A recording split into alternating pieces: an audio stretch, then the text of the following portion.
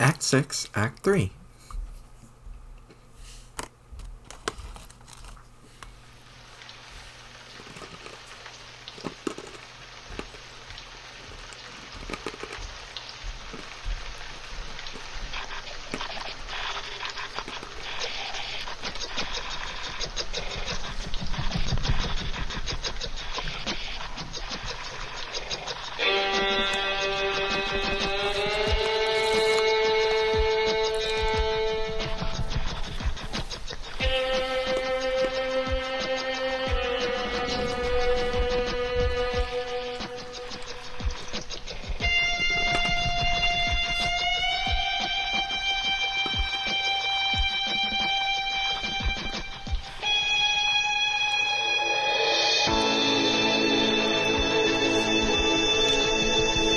Land of crypts and helium.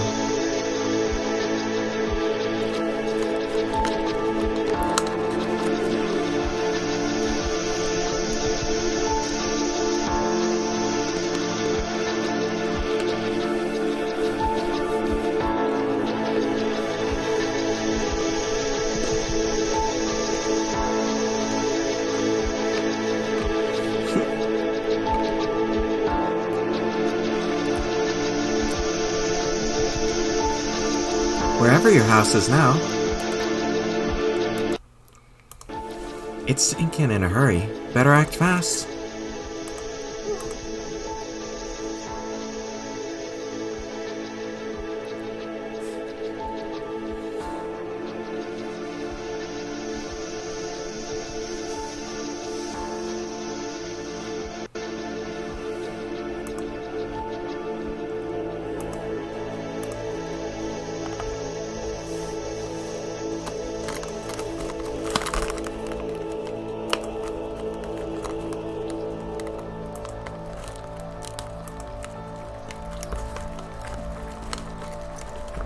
Well, Sebastian, what are you doing all the way out here?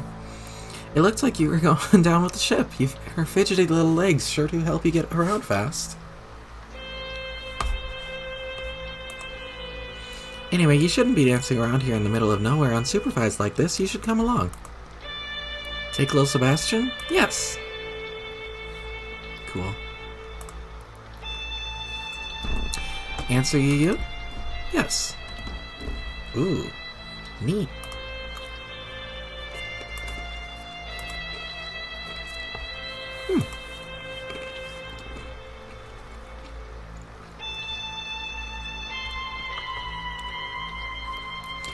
A creature carved into the side of the hill.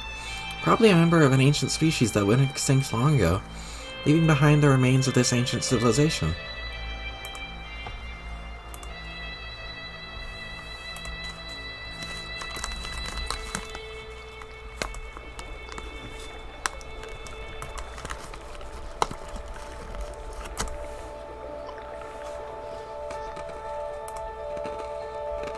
Answer Roxy.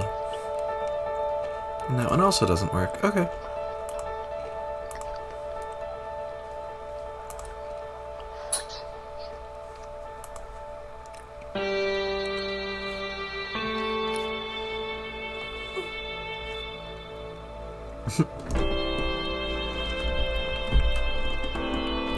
The door's locked. There's a strange symbol on it which you find mysteriously alluring.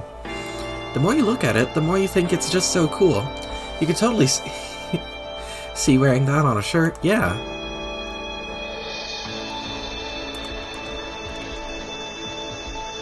There's a skull weighing this thing down. Could be an obvious booby trap. Gonna take some bravery to swipe it. What do you say? Take Salamander Skull? Yes.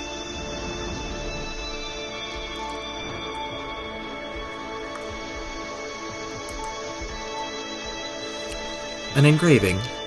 When 3 visitors looked inward, the way to the maid's palace will be clear. A little chamber full of bones. You guess it, the remains of an old salamander or something. This is just a piss-poor burial job.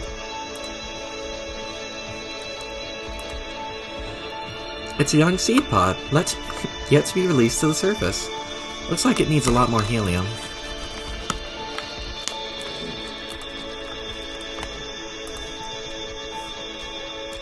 More signs of life hidden in the cracks. It's as if the land wants to be lush and fertile, but nothing can survive on the surface. It's making the whole cave smell like a flower shop.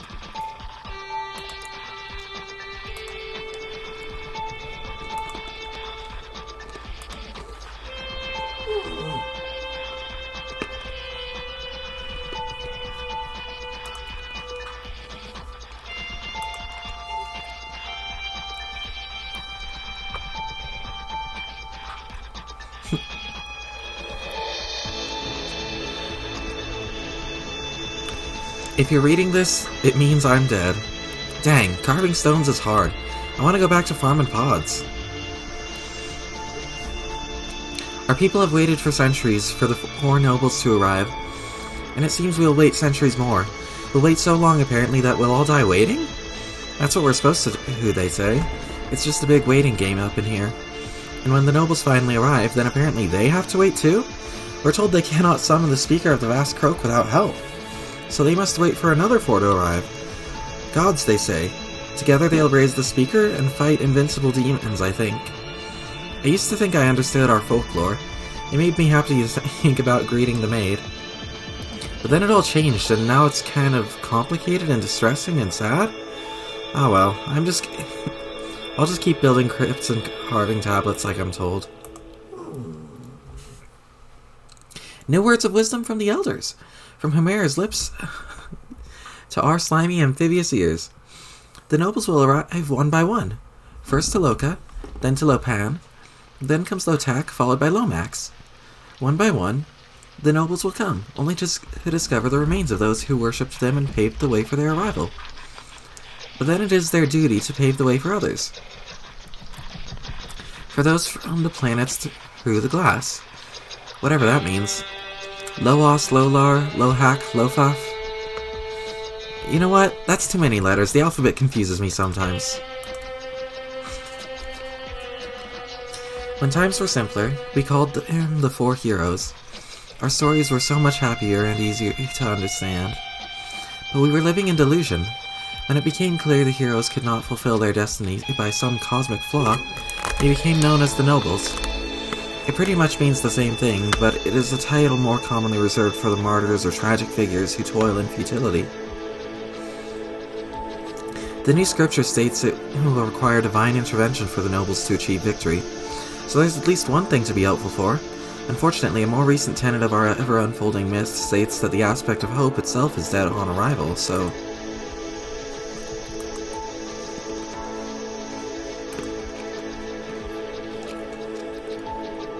Hey, there's a skull, you just gotta have it. Take Turtle Skull? Yes.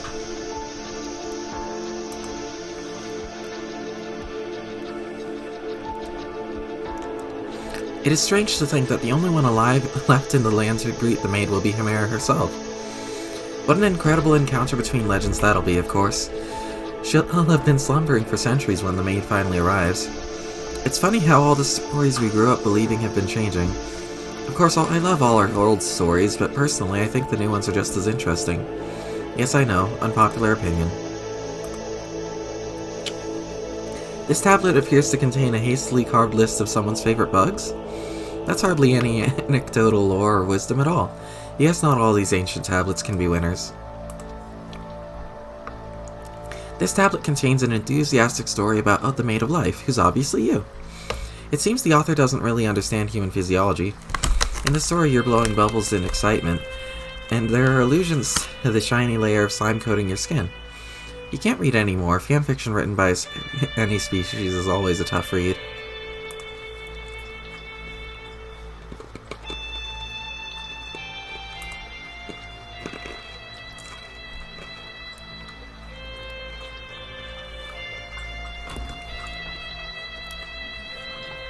There's a skull-shaped indentation.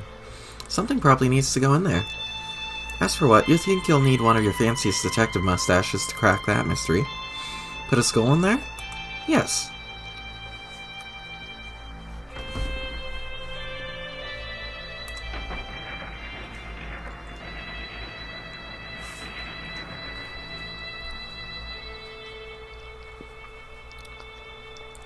The lanterns have been hoisted. The beams of light shine from the tower. The thing hit the skull back out. You grab it. No reason to squander a perfectly good puzzle skull. You think Jake would agree. No need to mess with this thing anymore. Thinking it's gonna serve any other purpose is just being bad at puzzles, frankly. Ah, man, Jake's pestering you. You don't think you have it in you to answer after the last catastrophic encounter? Not yet, at least. Take a look at what he has to say anyways. Yep.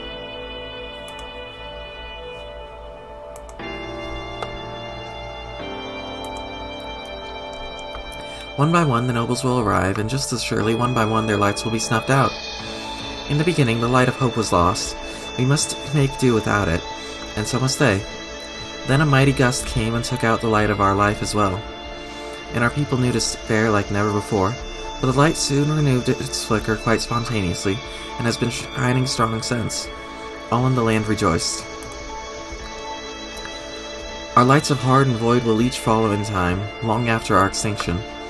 One will be extinguished, and then another, leaving only life as the guiding light. But they should remain long enough to illuminate the maid's path, and assist her with the housekeeping we have left behind.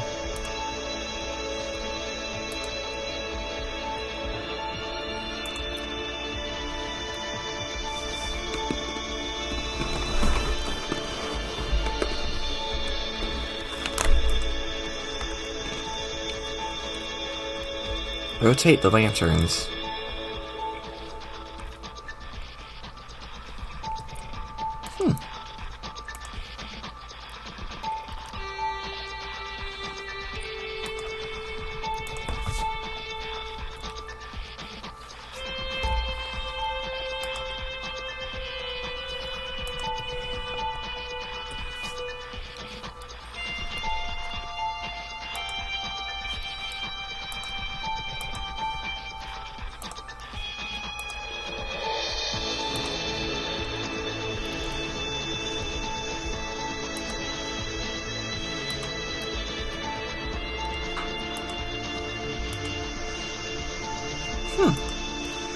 The mirrors reflect the light. The direction it goes in depends on its color.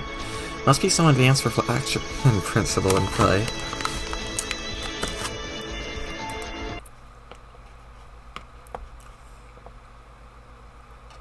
You verify whether or not you made it to the end of the game, as shown above. If not, you decide to consult the walkthrough for guidance.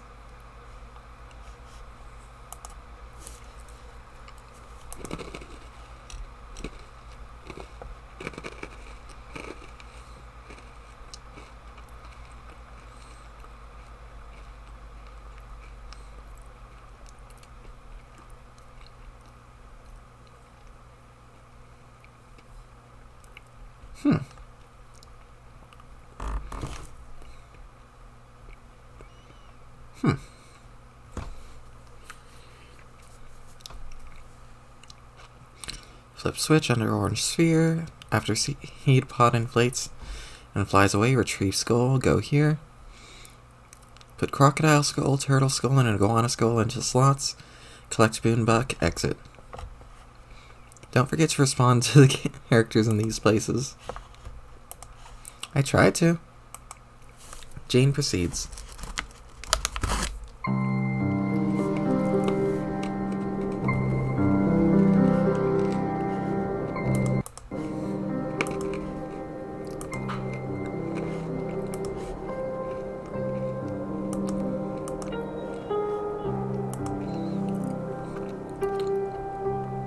Something's clogging the hole. Remove it.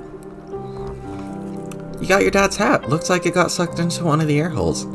Luckily, he always keeps some spares in his wallet, but this means he came this way earlier.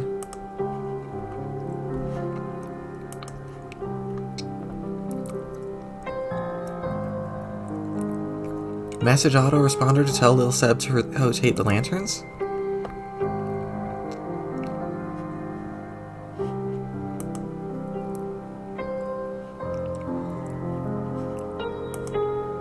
Flip switch? A jet stream of air flows out through the hole, pushing the balloon higher, but not high enough. Gotta try something else.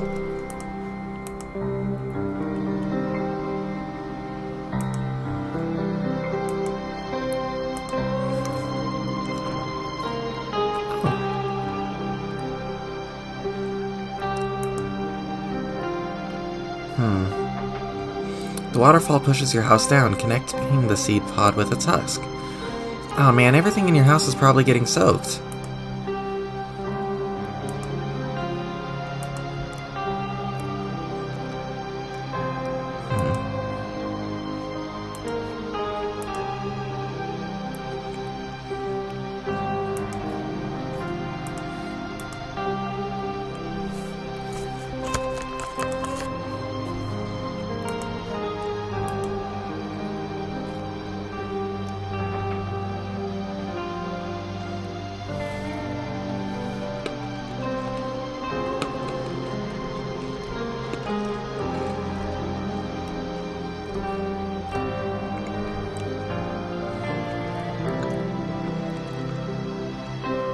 Your house has finally resurfaced. You retrace your steps back home. Sadly, your father will not be waiting for you there. Still, better to regroup before you go off looking for him. Jane cautiously approaches.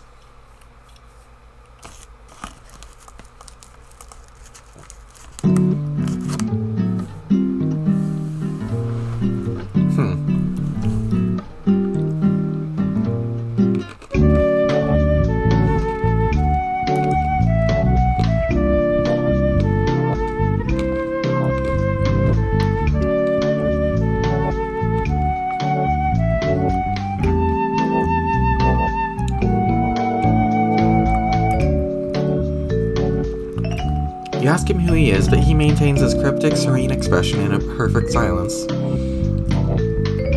He gives some thought to sidling away from the awkward encounter and go inside.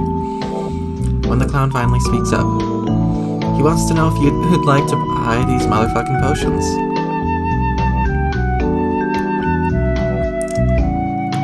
You examine the clown's wares with due skepticism. He assures you that all of the wicked elixirs are motherfucking magic and all that. The clown sure likes to say motherfuck a lot. It is making you feel uneasy.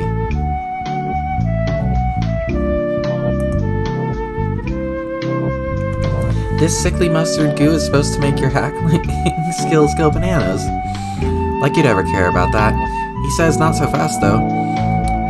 For its benefits are twofold. It also makes a pretty killer substitute for rub sauce in a pinch.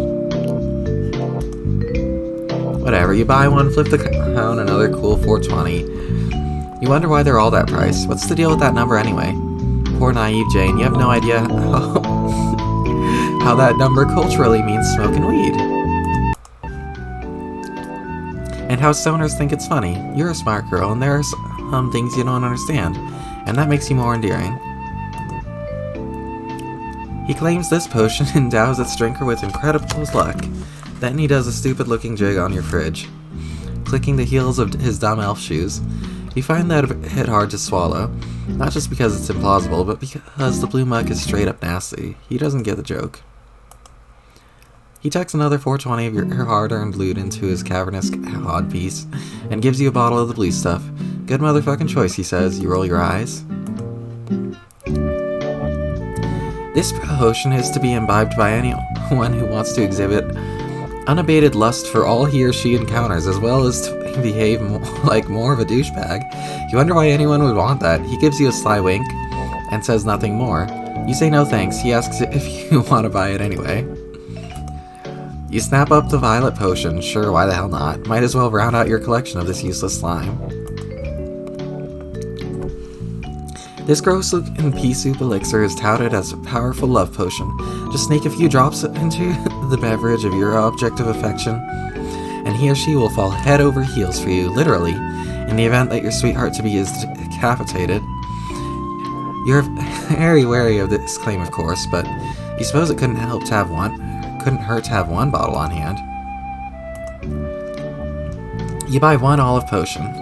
This stuff looks nasty. You're gonna have to sneak it into an especially strong drink if you don't want Jake to notice. Wait, why'd you say Jake? You mean, of course, hypothetically any person you could give this to, strictly in the name of science. Yeah, this conversation's over.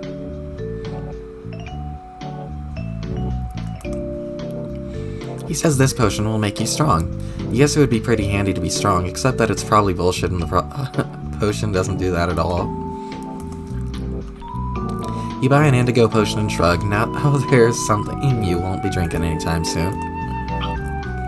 This lovely looking potion is supposed to have powerful healing properties, a must-have in the inventory of an up-and-coming maid alive. You equate it to a single fuchsia potion. Yippee, pointless pink slop. The clown says one sip of this potion will cause you to lose the use of your legs. However, you'll become an excellent kisser. A trade that is more than motherfucking fair, he says. Personally, he thinks someone would have to be suicidal to drink that heinous blue liquid. You buy one bronze potion. It's like a brown nightmare in a bottle. When the clown isn't looking, you chuck it over the side of your house cliff.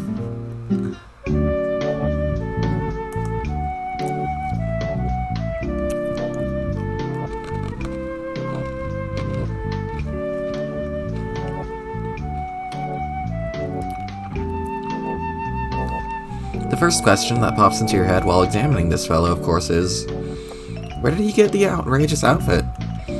You don't really have the gumption to ask, but if you had, to take a wild guess, you're almost certain the answer would be hand-waved away with the word shenanigans. See, look, he's waving his hand preemptively, as if reading your mind. Truly, this clown is wise.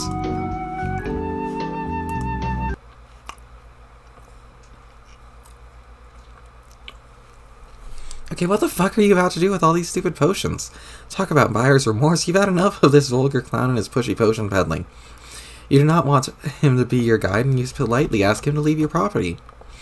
Gamesy receives contraband from Chest of Whimsy. The clown says he can all motherfucking abide about that. He doesn't want to get his doesn't want to get his step on it to any motherfucking toes. But he says if he's not going to be your guide, you gotta at least have someone as your guide, to guide you on your way through this quest of miracles. He tells you to hold your shit while he retrieves something from his Chest of Whimsy. You see, hey, you mean the refrigerator? He asks like he didn't even hear you.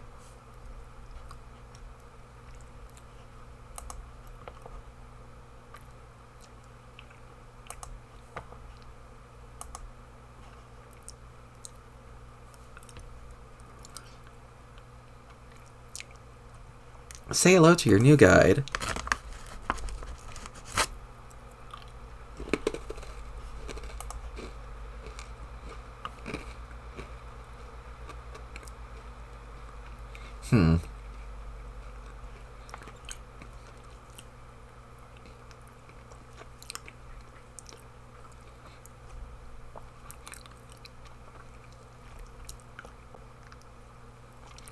Tavern Sprite. What the fuck happened? My personality is just absolutely fucking irreconcilable. Honk.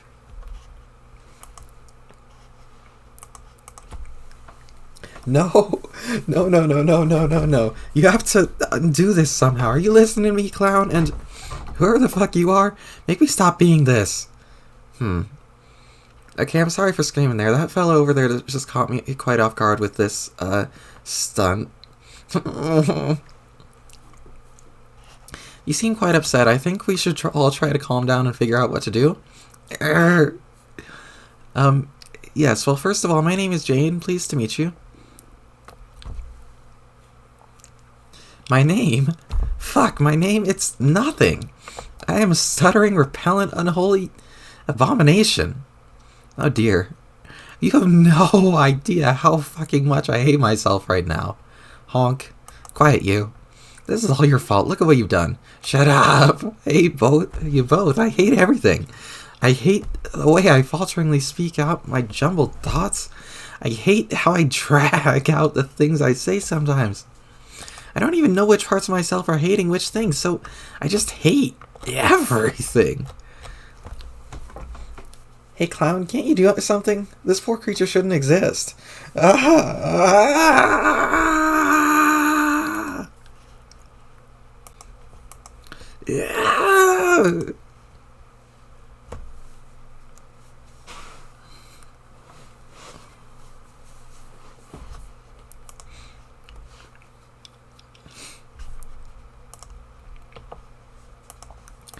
Tavros, this fucking sucks.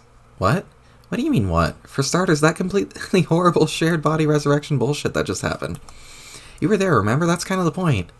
Oh yeah, I don't know, it wasn't so bad. I think maybe you were overreacting about being one person. Overreacting my ass. What a nightmare. It's still making my ghostly skin crawl just thinking about it. No, I think I've decided you're being unreasonable. It was cool being alive again for a while, and a strange, unsettling mutant. If we didn't explode ourselves so fast, it could have been an adventure, maybe. Oh sure, that's easy for you to say. You weren't the one getting the short end of the shared personality stick. Maybe if your personality was as much of an upgrade to mine as mine was to yours, I would have been cool with it too. You might be right. Actually, it was pretty neat. What? Getting to feel all the amazing self-esteem you get to feel. I didn't really know what it felt like. I mostly only knew what the pretend kind was like, so thank you for letting me feel that, I guess. You're welcome. Now that you mention it, maybe there was a silver lining to that freak show. Someone else finally got a chance to feel firsthand how great it is being me. Yeah, it must be pretty great overall. So, aside from being partially me briefly, how have you been? Okay, dead mostly. Yeah, me too. Yeah. Hey, sorry about that, by the way. About what? About killing you. It wasn't very cool of me. Oh, right. I almost forgot that even happened. How could you forget? Haven't you been pissed off at me about it? No, I mean, it was pretty much my fault, I think. I attacked you with my bogus self-esteem, and I paid the ultimate price. No, you idiot, that's not what happened at all. I stabbed you through the chest because I was being a huge bitch. I mean, it was a long time ago, but that's not really how I remember it. Ah, stop being so stupid. That's so stupid. No, you're stupid. You're such a pain in the ass when you're dead. Let's just agree it was my fault and drop it. No, but okay.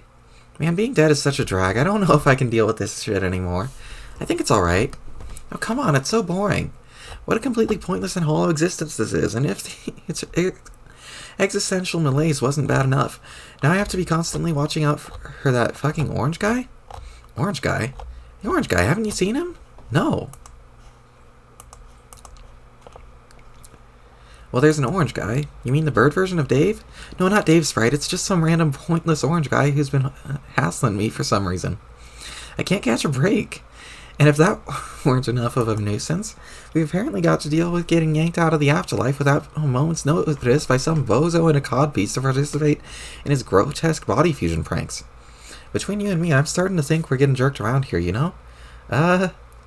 Some inexplicable forces out here are fucking with us.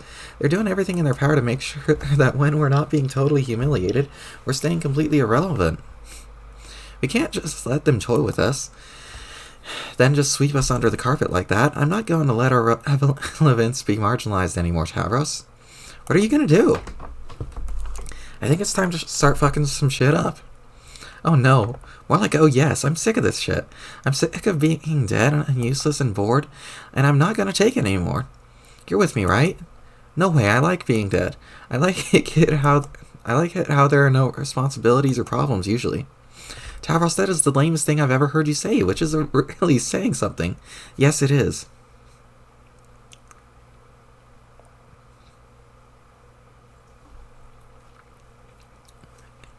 You gotta quit that loser attitude and get your ass out of the sand. That's just your low self-esteem talking again. Yes, I know. I'm gonna have to insist. You're going to join me, and together we are going to fuck shit up. No, I'm not. Yes, you are. No, yes, no, yes. Yes, I will definitely cooperate with you wholeheartedly. Damn it. Okay, fine. Jake proceeds to time capsule.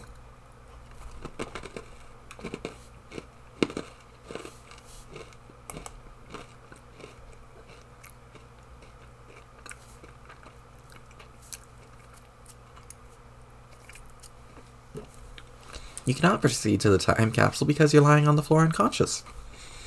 While descending deep into the ruins, a sudden earthquake jammed the elevator on its way down, causing you to take a nasty spill to the floor below. Luckily, you were wearing your trusty skull top, preventing a more serious concussion. You nevertheless lost consciousness and attempted with all your might to regain it. Jake regained consciousness. You failed to regain consciousness. Years in the past, but centuries in the future.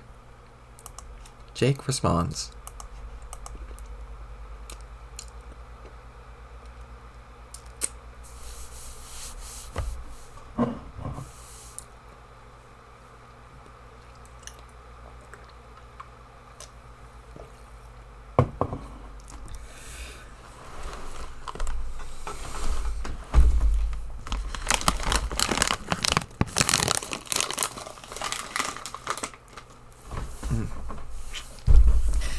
Happy 13th, bro. I have something for you.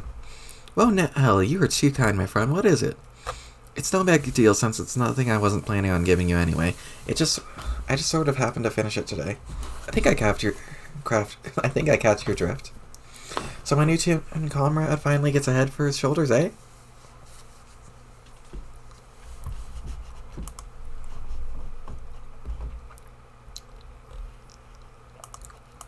Yeah, assuming I can actually send it today without another timely paradoxification. If not, then hey, you'll get a sick reel full of birthday slime instead. Oh, hell no, man. Well, listen, if you're going to send anything to me, slime or otherwise, can you please at least not make the shit appear directly over my head this time? The last thing I need on my V-Day is another installment of, and I quote, Manbro Bukake Theater. You still don't actually know what that means, do you? Not really, it's your friggin' figure of speech, man. I gathered it just meant getting slimed like in Ghostbusters or something such. Kind of, I told you to look it up. Yeah, I'm a busy fella, Dirk. Wikipedia is a lot of letters to type in a thing for a man of action on the go. I'm always doing adventures, remember? This is such bullshit. You sit in your little jungle globe watching movies all day. Well, yes, but okay. Hey, I have a lot of movies to bone up on. There's so many good ones I still haven't seen. You think literally every film you watch is a masterpiece. I've never felt so much vicarious shame towards someone else's atrocious taste in awful garbage. Screw you, I have impeccable standards. It's just there's so much good stuff out there. And I've really been on a roll with my picks lately. Do you even hear yourself? Your picks are everything, and lately as always.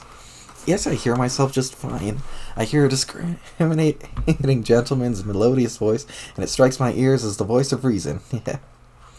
Say, here's one I'm pretty excited about. Have you heard about this Avatar Jam? It's coming out next year. You mean the blue furry shit? No, man, it is not blue furry shit. Far from it. Get this. It's about this paralyzed fellow who's down on his luck and longs for adventure, and he finds it. But it is far away on an enchanted planet rich with coveted treasures. And adventure is not all he finds. Oh no, he also finds romance. A beautiful blue woman from the wild teaches him the ways of her culture and also the ways of alien love. Together they frolic in the forest while sharing primal intimacy through magic sexual escapades. What's so funny, wise guy? To borrow from one of your more benighted sectors of your zeitgeist, that was so gay.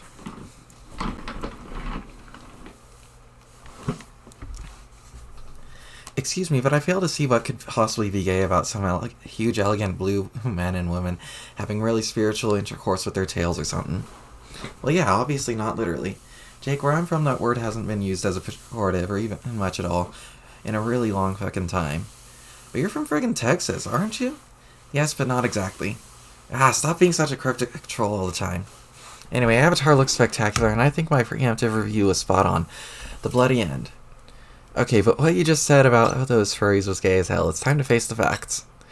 You're just treating my great taste in flicks to your aloof hipstery disdain as usual. You don't know anything about that movie. Maybe you'll like it. No, I saw it already. The movie sucked. The smelliest shit from the ugliest spot. Sorry, man.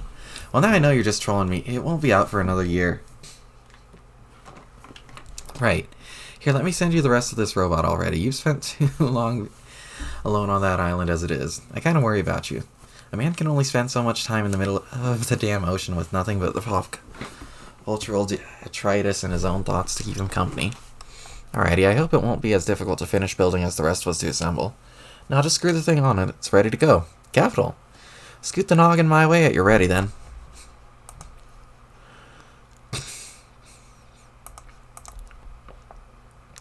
Oh, cool, it worked. You nerd. He's got your slick Japanese spectacles and everything. Why is this metal man before me? Why is this a metal man before me, or is it none other than Dirk Strider himself in my room? One thing at a time, bro. I haven't quite figured out a way to get myself there yet. It almost sounds like this is something you've given some thought. Okay, well, I don't know what you're implying there, but also, why don't you snap that sucker on that torso and fire it up? Affirmative. I continue to boggle vacantly at your technical shenanigans. Your knack for gadgetry seems to surpass even my grandma's, and she was like this big-time gizmo legend. How do you even do this stuff? I guess from your perspective, I must seem hells of overpowered in a bunch of ways. Which I kinda am. Like with a ninja sword, I'm basically nuts, okay? If you say so, buddy, I can't believe it. Yeah, but when it comes to building stuff, you're probably overstating things. Like, for example, if you told someone 100 years ago you could build a computer, they'd probably be like, whoa, shit, look at this fucking genius. Well, actually, first of all, they'd say, what's a computer? I only know what horses and diseases are and shit like that. But once you actually tell them what computers are, Jesus, Dick, you're a wizard. But from your perspective, you know it's not a big deal to build a computer. You just go online and buy a case and motherboard and some other shit and put it all together. It's not like you're smelting the goddamn silicon in your basement and making chips in your hermetically sealed, dust-free garage. Yeah, but come on, it's not like you're from a century in the future. Well, no. Nor am I a quaint man of the past, pardon me, but do I sound like some trolley car hellwether toiling in the heart of a mustache belt? From the rough and tumble year of 1909, he said unironically. Give me some credit, man, and come to yourself as well. You're too modest about all this robotics nonsense. I don't know, I have a lot of time to work on stuff, I guess. There are a lot of irons. You know where they are? Here's a hint. It's a pretty hot place. The kitchen? Sure, I keep some irons in there too, but most of them are in the fire. Oh, of course. Fire is notoriously the hottest thing there is. A tip-top locale for a whole mess of irons. True that. I actually have so much to do and think about it. One of my current projects hopefully will address that very issue. Gonna make an AI replica of my own mind. He can share some of the load, as well as make a decent intellectual sparring partner, ideally. Not that my rad conversations with you aren't uniquely rad, but you know what I mean. See, again, I think you're downplaying a pretty neat accomplishment, if you ask me. We'll see. Does that mean I'll have to deal with two Dirks? One who is more the machine than man, and another who's a computer program you made? That's a super joke, but I'm guessing you won't be hearing much from the program. It probably won't play a significant role in either of our lives. I have my doubts it'll be a successful project, but who knows? I'd wager a tidy sum the results of the endeavor will be sensational. I believe in you. You do? Sure, bro, I always have. You helped me out a lot and have been a good friend for ages. What?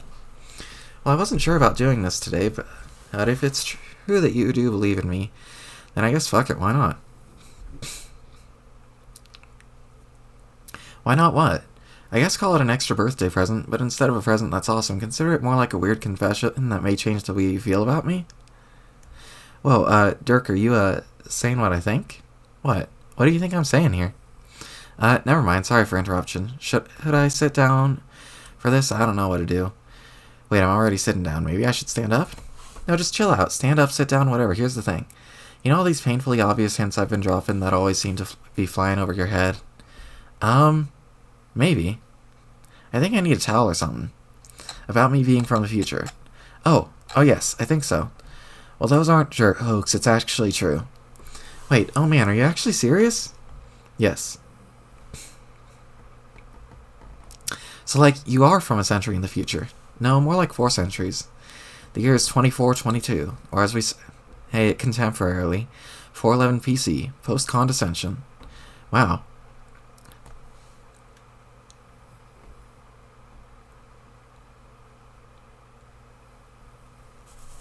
must say, this is not the announcement I was expecting.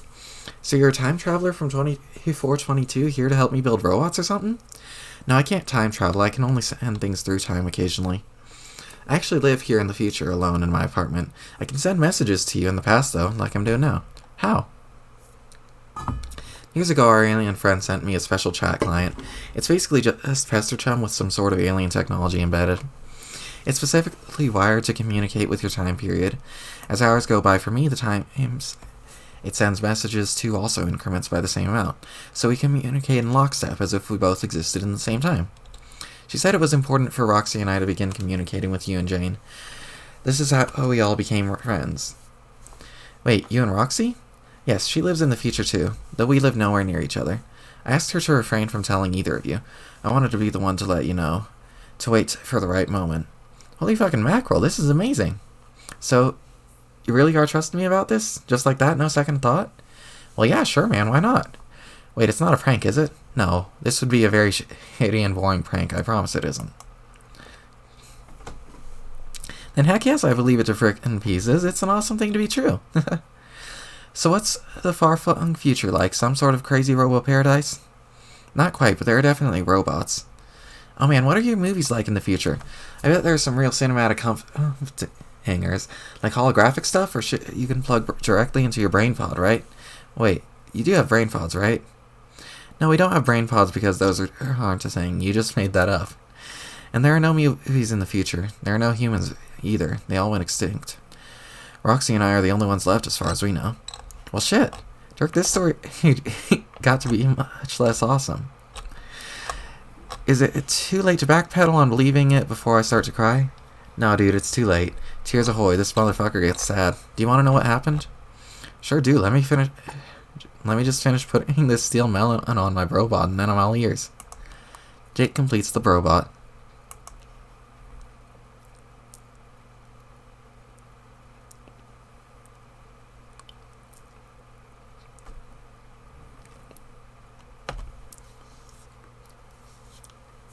There he is, finished. Look at this spanking iron friend from the future. He's perfect. Oh shoot, Dirk, he just got blurry and disappeared. What the actual fuck? Don't worry, that's normal. Upon activation, he goes into stalking mode. Stalking mode? Yes, he'll stalk you in the jungle and strike when your guard is down. What? That's crazy. Why would I want that? Didn't you say you want someone to get in scrums with? Well, yeah, but man...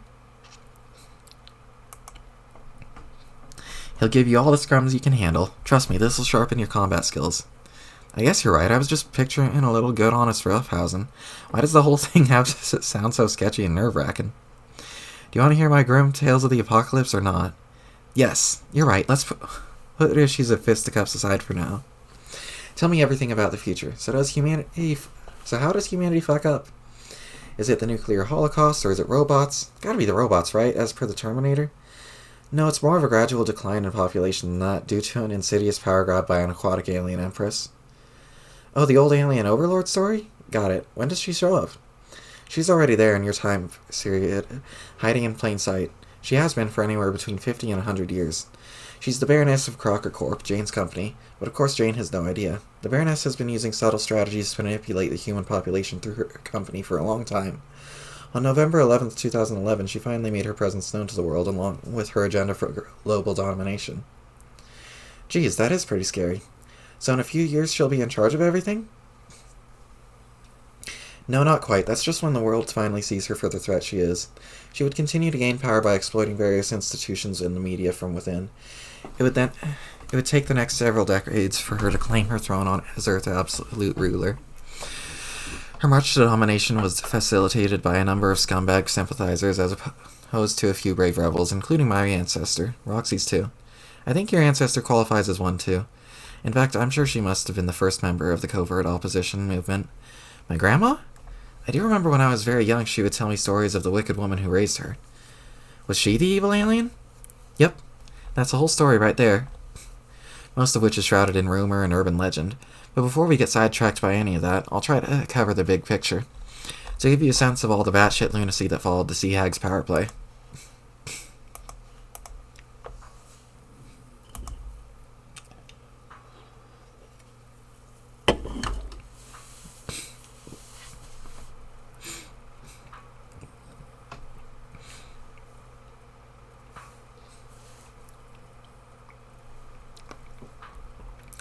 Nobody at the time knew what the fuck she wanted to accomplish or what her actual motives were. But in retrospect, it became clear she was trying to essentially restore the conditions of her old homeworld, which she used to rule over as well. She began instituting all these crazy laws. First of all, people weren't allowed to reproduce. She found our usual method of procreation revolting. Anyone who engaged in it was punished by death. But she still needed an ongoing population of subjects to abuse, so to propagate the race, she set up this weird system. At random intervals, every citizen would be required to supply their genetic material to drones. That DNA would be collected and combined in some way. Many years later, long after the original donors had died, clones would be spawned from their DNA, so no one would ever be able to know who their parents were or be able to trace their lineage.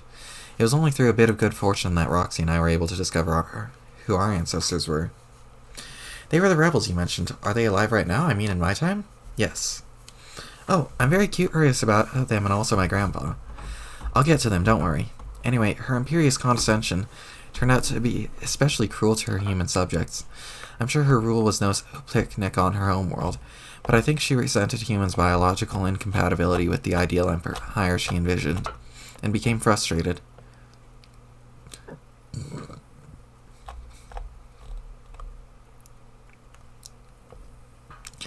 Humanity wasn't even really her first choice for rule. There are reports that she attempted to clone members of her own species and replace the human population with them, but they all died. What happened to them? The rumors say it was her own pet who killed them. She traveled from her world to Earth in this huge red space ark.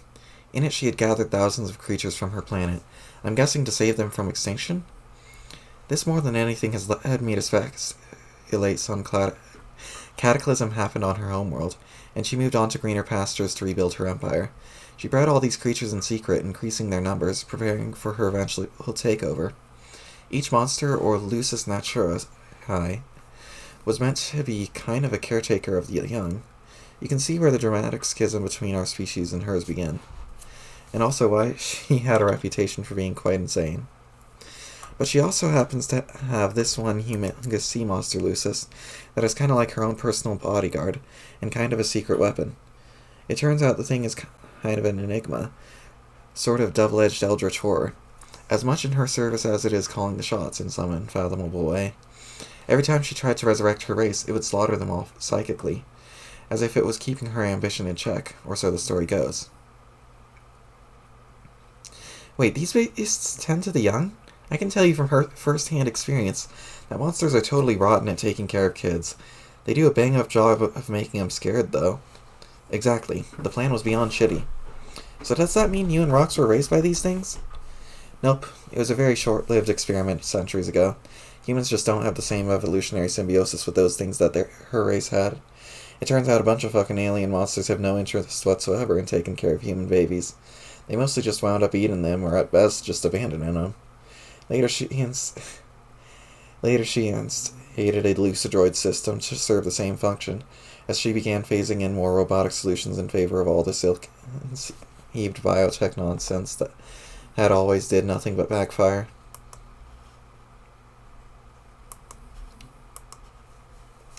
Even drones were replaced with robotic versions.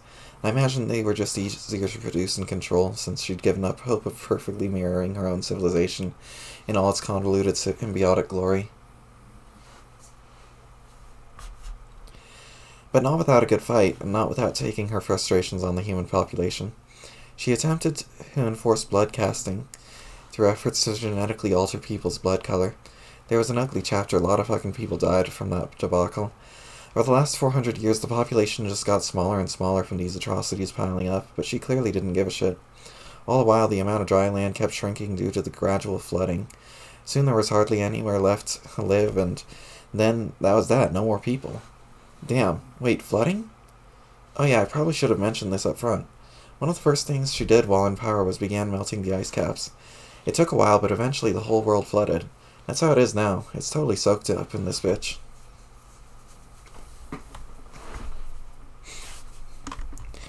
Wow, like the epic Kevin Costner film? Almost exactly, especially by the same degree of shittiness.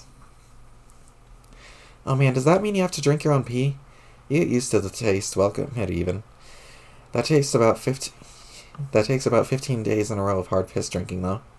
Ew. No, dude. No, ew. Relax, I don't drink any goddamn piss, okay? Oh, okay. Whew. I guess your loose asteroid thingy sees that you have fresh water? Nope, those stopped being a thing a long time ago once humans went extinct. Oh, I thought... Well, who raised you then? Nobody, man. I raised my damn self. Jesus Christopher Kringlefucker in there. I thought I was rugged. You're still pretty rugged. You're just a fucking dork about it. That's true. I guess I did have Cal looking out for me. Let's not discount the rad service of the sea man, okay? Heaven forbid. And what about Roxy?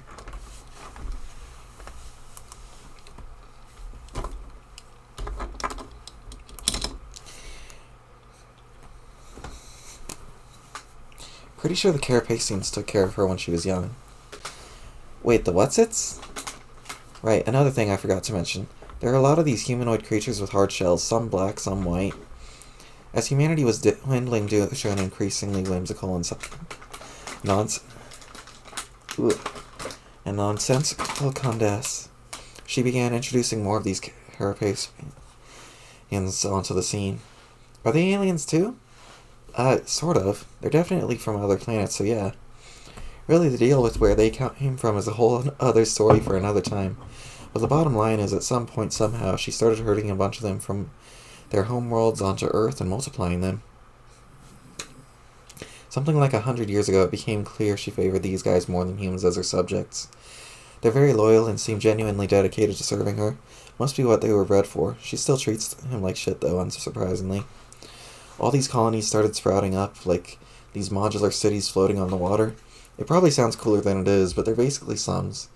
That's where they tend to live in large numbers. Roxy lives in one of those colonies. It's about 2,000 miles from where I am.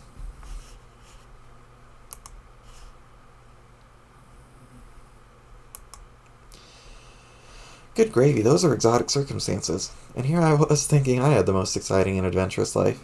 It turns out I'm just some chump on boring-ass Monster Island in a silly old pre-apocalypse. For what it's worth, I think it's gotta be more interesting living in the 21st century than the 25th. Like, it's really no contest. Yeah, you're probably right. I'd be really keen on talking to Roxy about this, too. I'm very curious about her experience as a future lady with all the whatsits, the hard-shell folks. I must say, it turns my previous perception of your lives right on its friggin' ear. Man, she would love to talk to you about all this. She hates keeping secrets. It's been killing her not to spill all those fucking beans way the hell prematurely. Like, what is even your day-to-day business like in Hitler's water apocalypse? Well, I mostly shit around in my apartment all day, building stuff, reading about history, and flapping around with my sword. Sometimes I go fishing and check out the underwater ruins. She does plenty of useless fucking around too, but at least she's got a neighborhood. She also uses one of her gadgets to gank vegetables and stuff from the past. She tries to feed the hungry neighbors whatever she can scrounge up. Those are amazing stories. I'm so lucky to have friends like you. Oh snap! What about Jane? Have you told her? Jane is... No, I haven't. I've dropped some hints and tested her willingness to believe something like this. It's just not going to fly. It's way too much to drop on somebody all at once if they weren't receptive. True, but it seems a shame to keep her out of the loop. Well, tell her whatever you want. She'll likely think she's being fucked with.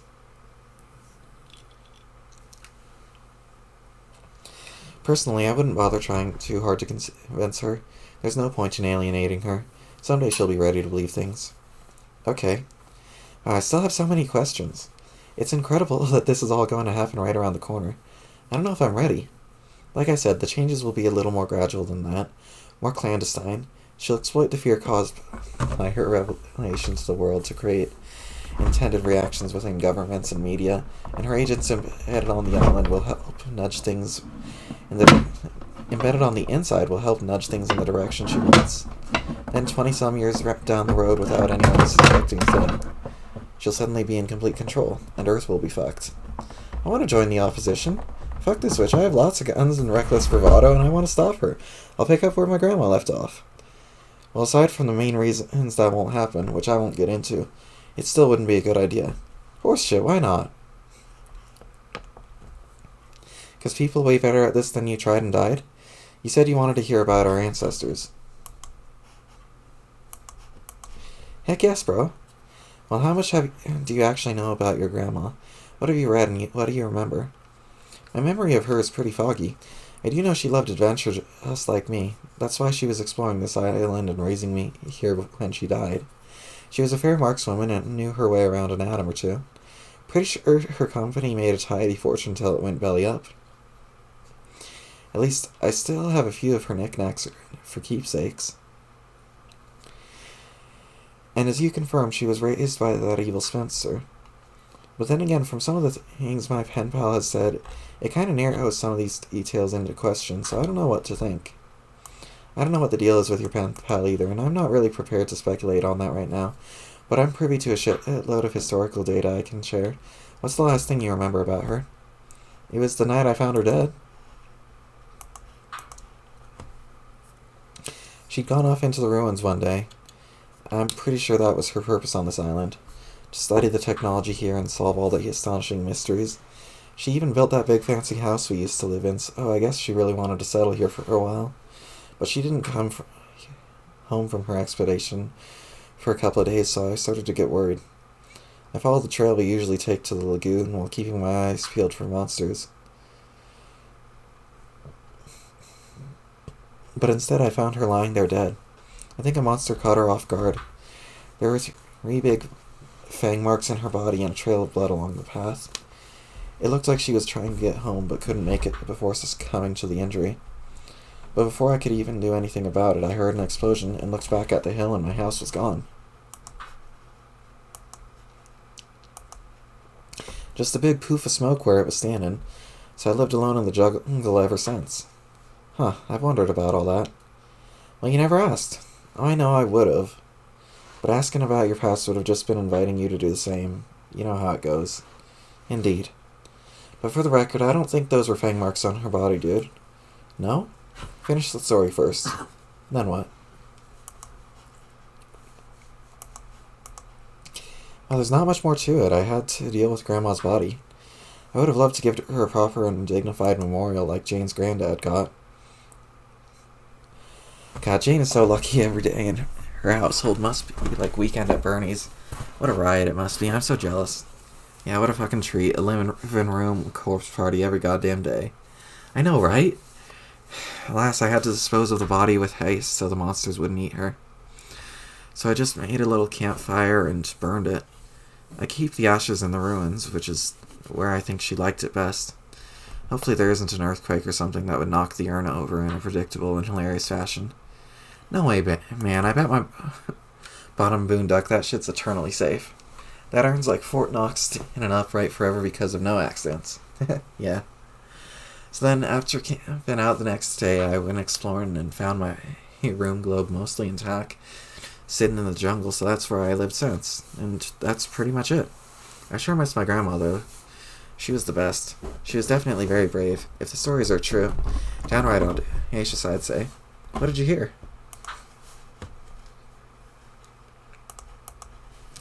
Well, like I said, she was raised by the Baroness. It was probably a worse childhood than either of us had. She wasn't related, obviously. Ain't nobody related to a damn fish alien. Except other fish aliens, probably. She had an adoptive brother, too. Life must have been miserable for the both of them. Yes, I vaguely remember her mentioning him. Cripes, the thing she told me now that I think about it, she said the witch even killed her dog. Is that true? I don't know, but I wouldn't doubt it. There are other urban legends that she did a lot of experiments on animals and people, mostly to do with mind control, like figuring out ways to unlock all of her psychic alien potential to increase her power. Not sure if that's true or if it was actually successful, though. So what you're saying is pretty much any unspeakably horrible thing she could have done, she probably did. Yes. Anyway, your grandma managed to run away when she was quite young. Maybe it was a traumatic event like the dog murder that prompted her to flee, who knows. Whatever the case, her brother stayed behind. The guy must have been seriously immune to witnessing fucked up shit, because he went on to be a famous comedian. A real kindly old cornball. A nicer guy you couldn't hope to meet, they say. Wow, must have been a hell of a guy. So, you're not making any connections there? Where? Huh? Famous comedian about the age of your grandma, inheriting the family name of the Baroness. Not ringing a bell? What are you talking about? Dirk, stop speaking in riddles and keep telling me this story. I'm on tender hooks here. Okay, well, it's not like it's that important. Just a super obvious thing that'll probably occur to you later when you're looking in the fridge you don't have, at which point you'll feel like an idiot. Oh my god, can you one vote a fake motherfucker and just clue me in, bro? No, it'll be funnier this way. Strider! Moving on.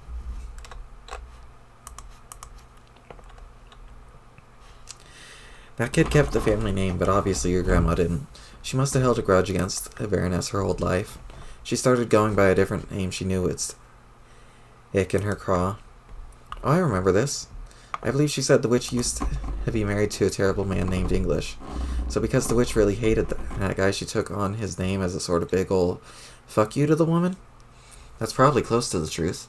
But it sounds like the kind of story an old lady tells her young grandson in a way he would understand, or at least wouldn't scare the shit out of him. What I've read is something much more sinister, as usual. There's supposedly only one thing the Baroness fears, and your grandma learned of this somehow. It wasn't an ex-husband, though. It was her superior, some kind of demon, or another alien. No one really knows, but he went by the name English. He is supposedly even more brutal than she is, if you can believe that. So I'm named after a demon? What kind of demon is named English, anyway? What kind of alien is named Crocker? It's probably just a name he stole from someone else, like the Baroness did. I guess it's kind of cool being named after a demon who's so scary even the witch is afraid of him. Yeah, well, your grandma thought so. Everything she did in life thereafter seemed to be an effort to piss off the Hatter Witch, like starting a competing tech company heavily branded in a way that was presumably intended to remind the Baroness of her boss, like with skulls and garish colors and shit. The dude was some kind of skull monster, I guess. I love skulls. I know.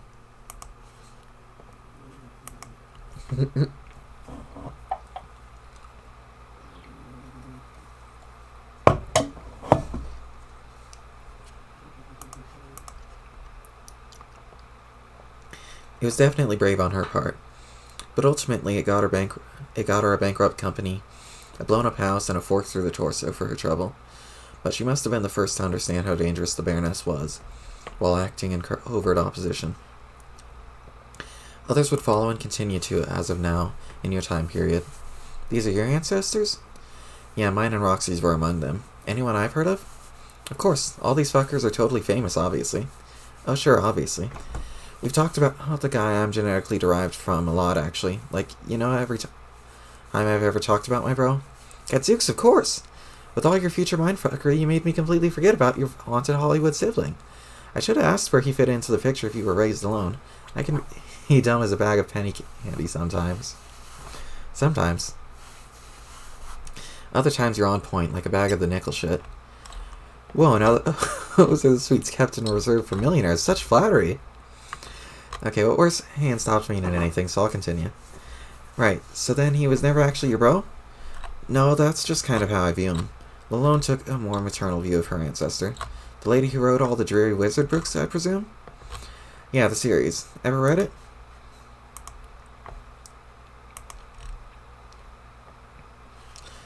Huh. No, I tried. It's too depressing. And also, kind of impossible to understand. I told Roxy I liked it, though, and didn't want to hurt her feelings, so don't say I said that. I think I'll wait for the movies to come out. I bet I'll like those better. You don't say. I do say. Hey, you must have seen them What Being in the Future. Are they any good? They are not. Phooey to that, like I even believe you. The books are pretty interesting, though, if somewhat dense. They're supposedly heavily allegorical, veiled representations of cosmic events surrounding the witch and her boss and how all this came about. It's the kind of thing you wouldn't pick up on unless you were someone who understood what happened, like the Condess, which was kind of the point. I think it was her way of letting the witch know, I'm onto you.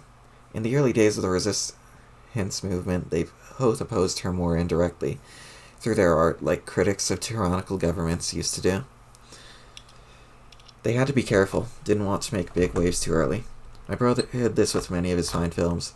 Practically everything was a symbol for something, either in mockery of the Batter Witch or conveying some hidden message to its audience.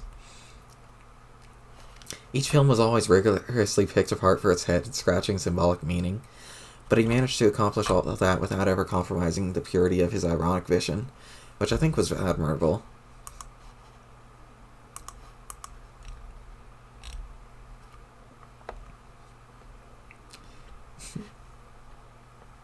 Fuck yes. This Hate Bro and Hella Jeff films rule. Screw the haters, that's what I say. You also say that about Weekend at Bernie's. Man, that is so scandalous. That is a scandalous mischaracterization. Nobody hates Weekend at Bernie's. The WAB films are generally regarded as so unremarkably mediocre that they don't even attract any trolls who care enough to shit on it. Believe me, I've tried to get in debates with people about it. Yeah, you pretty much shade the fuck out of that. But we're definitely in agreement about my bro's films as masterstrokes they were. He just kept cranking them out too. He really stepped up production after 11/11/11. Even though the cat was finally out of the bag, he was really dedicated to his craft. Dang, I can hardly wait to see them. Yeah, I wouldn't hold your breath about that. Why not? Man, fuck it, I'll just send you them. Just keep a lid on them. We don't need any weird causality shit rearing its head here. That'd be dumb. I'll guard each glistening compression artifact with my life, as if a jewel pilfered from a tomb. Which was the last you saw? Well, there was Super Bra. There was Sweet Bra and Hella Jeff the movie and Sweet Bra and Hella Jeff the film. Oh yeah, Sweet Bra and Hella Jeff and Hella Jeff the movie. I think Sweet Bra.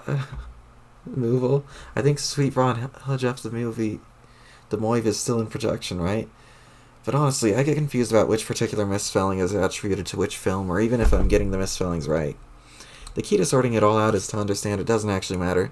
So the video streaming services, he would frequently set it up so that buying a certain title would ship you the wrong film, and often titles for movies were all available for sale that just straight up didn't exist, or would be sold for dollar amounts that made no sense, like $2,890.01. Like 2.890.1. And sometimes buying a download would actually deposit money into your account instead of deducting from it. It was all part of the experience. Your forebears are certainly entrepreneurial, if nothing else. I can get behind the idea of making a killing if it means I also get to be as good at doing adventures as I hope to be. Did they ever bring the battle to the witch's doorstep, or were the blows dealt strictly through public masquerades and theatrics? Yeah, they got pretty deep into the shit eventually. They were both skilled combatants. I'm pretty sure she had some weird powers too. Powers, you say? Communion with occult forces, something like that. She knew things, had visions. It's why she was able to write those books. And more importantly, why Roxy and I were able to survive here. How? They knew we would be here some way, so they were prepared for our arrival. I live in what used to be my bro's old apartment 400 years ago. The whole city is gone, but this one unit was somehow protected. He left some supplies for me here, like a lifetime supply of orange soda in the crawl space, along with a fuck ton of Sweet Bra and Hella Jeff merch. It was like discovering my own personal holocaust of bulbous jutting bottoms.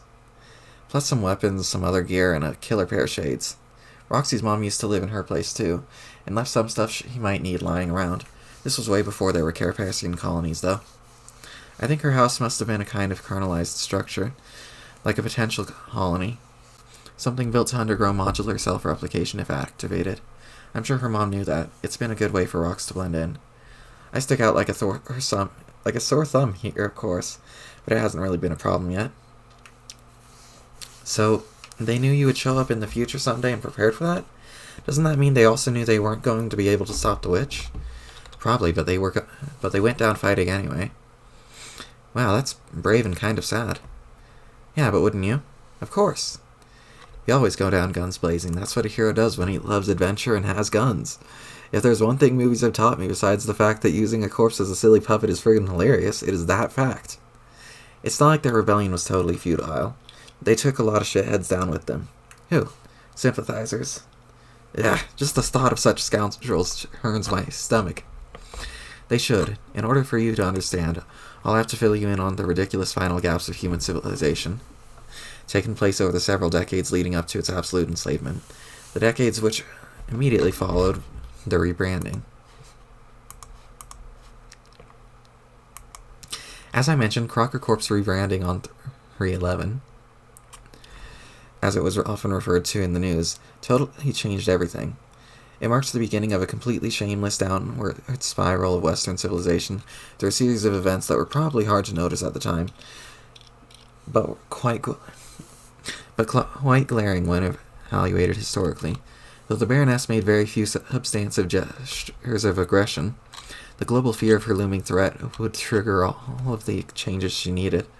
Governments prepared for war as if to defend against the invading alien armies she undoubtedly commanded. But of course she had no army. She was always the only of her kind. Instead, the world powers were only setting about to build armies for her. The media deteriorated into this preposterous circus that was in all practical ways inseparable from the power base and government institutions. Popular entertainers became dangerous demagogues, and their roles in the media blurred with those of executives of authority. And the most dangerous were the ones who fed into the fear and hysteria most effectively. These tended to be plants, unscrupulous shills paid by Baroness to move her agenda forward. Dang, I would like to think I'll not be suckered by their silvery tongues whenever they come along. Well, the thing is, most of them are already on the scene in your time. Who? Ever heard of Guy Fieri? No, I don't think so. You're fortunate then. He was an especially degenerate piece of filth. He used his connections and guile to wriggle into the spotlight, and then onto other positions of power. He somehow landed on the U.S. Supreme Court. Over the years, other justices started mysteriously disappearing without being replaced. After helping rewrite the Constitution to form an incomprehensible patchwork of fascism, theocratic mandates, recipes, and bad rap lyrics, he weaseled his way up to the ranks to become the High Chaplain of Interstellar War. I'm just going to cut to the chase, because really this ain't a big history lesson here. He eventually came to be regarded as the third and final Antichrist. No other human in history was responsible for more death and suffering. That boorish cur! Yes, that's exactly the phrase I would use to describe someone responsible for the extermination of 5 billion people. It was just so uncivilized of him. How could such an atrocity be allowed to happen? Was his personal magnetism really that overwhelming? Maybe overwhelming is the wrong direction. Maybe overwhelming in the wrong direction, yeah. But it didn't happen overnight. It was a gradual decline in the integrity of the system that allowed it. Eventually the wheels came off and the political scene mirrored the absurdity of the media circus. By the time the presidents Jay and Dope were elected, Western civilization had officially fucked itself over, and I think everyone knew.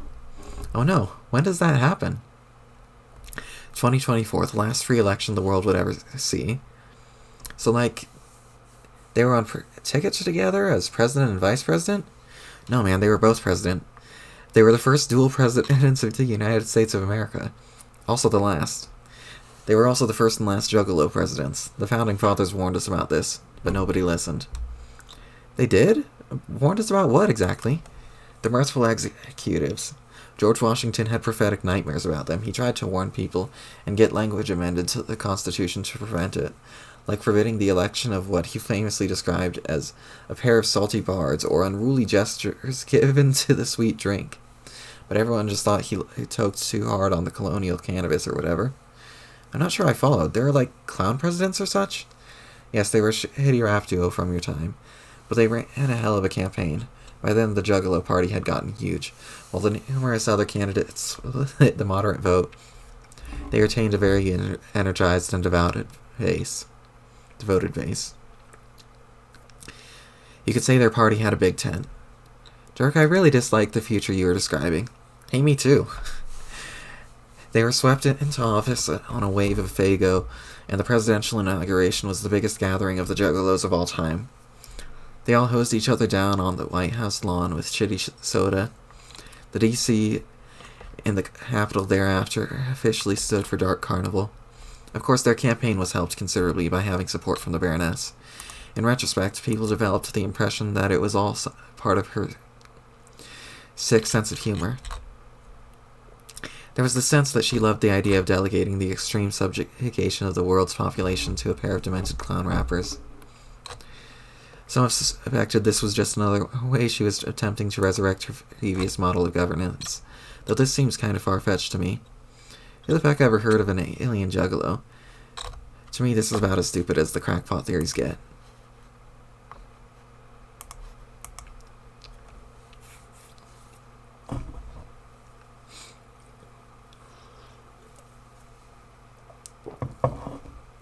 I still don't really know what a juggalo is. Do they juggle? Don't worry about it. People were less prepared for a double juggalo presidency than they ever imagined. I'm not even getting into all the horrifying details. Trust me, you just start to feel dirty reading about it. From the moment Fieri held up the Bible to swear them in, and the three of them proceeded to publicly defecate on it while freestyling rap lyrics, that was it. Everyone in the world's watching TV. He just said, well, show's over. Civilization was pretty cool while it lasted. The next several grueling terms of their presidency was a weird combination of authoritarian practices. The Baroness used it as a puppet regime, while still basically giving them carte blanche to carry out their idiotic whims. Fago was pumped through the plumbing instead of tap water. The new national pastime was having type 2 diabetes, and the national anthem was replaced by a 3-minute high reverb audio clip of President J farting into a microphone while laughing. Chaplain Fieri was authorized to set up the death camps, in which anyone on the planet could be imprisoned if they were not deemed sufficiently mirthful. And so the cleansing began, priming humanity for its new ruler waiting in the wings. This was when our ancestors had enough. The resistance movement had failed, but they could at least bring the war criminals to justice. My bro finally caught up with the presidents and challenged them to a duel. They accepted, having for years regarded him as a cocky rival rapper who failed to show them the proper respect. In future arrogance, they invited him into the foul alley of the carnival, believing they could teach him once and for all what it truly meant to be down with the clown. For centuries thereafter, survivors of the Holocaust would cite the rooftop showdown as one of the most heroic moments in human history. He killed them both. Unfortunately, as they were only figureheads, no liberation followed. There would be no parades on the streets or statues cast or medals awarded. The few witnesses would report seeing only a man with a sword on a shitty skateboard gently rising into the night sky. No one ever saw him again.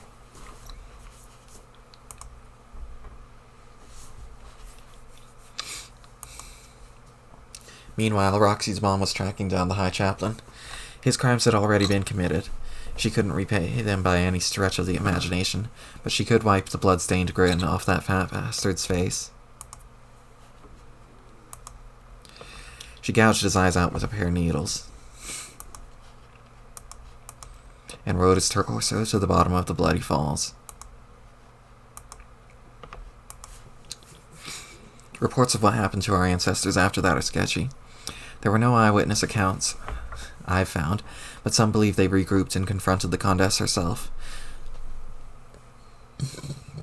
With all her high-ranking officers dead, and the human population decimated and sufficiently grouped for her arrival, there was no reason to stay behind the scenes anymore. After those dreadful years of putting up with a more vulgar brand of authoritarianism, when she finally stepped forward to claim her throne, it actually came off as somewhat dignified, elegant in a way. She was no less severe, but at least she knew how to act like an empress.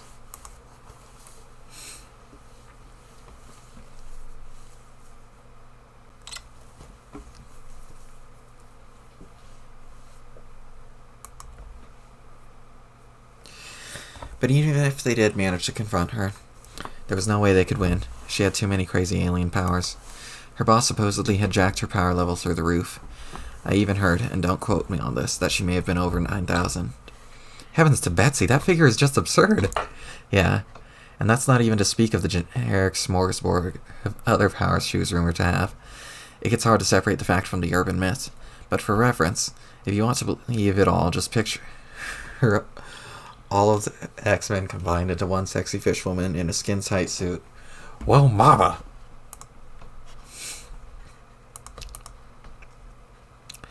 Whatever actually went down, they're surely both dead now.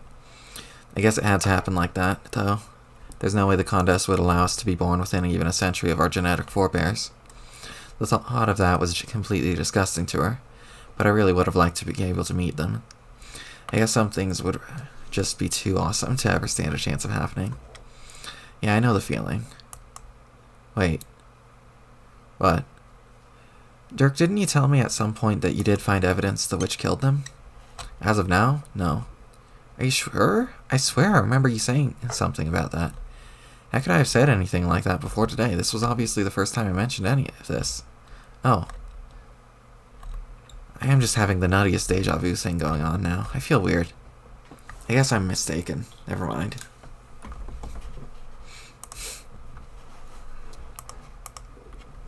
Okay, I'll disregard your anomalous observation for now and continue conversing as if it never happened. Right, good plan. Anywho, that's a heck of a tragic and thrilling tale, Dirk. I'm still totally cockeyed and cattywampus about it all. I don't even know what to think. But you believe me, right? Oh yeah, every word of it. Wow. Why shouldn't I? You're my friend and I trust you. I still think it's impressive, is all. Even after all this time, you're pretty much a one-of-a-kind dude. Not really, I just like believing stuff and believing in people. Wait, what do you mean? About what? When you said after all this time, you just told me now. Yes. Hang on. Wow, the deja vu shit is happening again. Okay, I'm sure we've had this conversation before, so many things are familiar. I remember you saying the one-of-a-kind dude thing, and I remember saying the word catwampus and all of it. What's going on? It took you long enough to figure it out. Pages are a really slow-burning class. Damn. Figure what out? You're asleep. Oh, that's right. I fell off the platform thing, and I guess I got knocked out? Yep. So I'm dreaming. Kinda. It's a dream bubble. What's that? A place in the infinite abyss where sleeping people can share dreams with each other while also revisiting memories. Also where they can meet dead people. So are we sharing a dream together? And you're currently asleep too? Currently in the future? No, even if I was, I wouldn't visit a dream puzzle. That only happens when your dream self is dead like yours is. Mine is not. I guess I understand. So what's the deal then? Wait, you said this is where you meet dead people too. Shit, Dirk, are you dead? Are you a ghost? No, dude, chill, I'm fine. Then what the fuck is going on? Who am I talking to? Well, who are the people you talk to when you have regular dreams? Like... What? Like just a boring normal dream, and there's a person you're talking to. Who's that? I don't know. It's nobody, just a projection of your own mind. Dream bubbles don't always need to be shared by dreamers or dead people. You can go to sleep and wake up in one alone, reliving an old memory. Kind of like a normal dream, until you remember it's just a memory, which is where we are now. Okay, so I'm having like a lucid dream thing in a magic bubble, and you're just like a figment of my imagination? Yeah, basically. So I'm talking to myself. That's kind of stupid. Well, yeah, but not quite. You could view me as a projection of the real Dirk within your mind, as expressed through all your thought patterns about him. So I'm kind of a splinter of his corporeal self who happens to live in your awareness. I'm a startlingly close approximation to the real thing for all intents and purposes.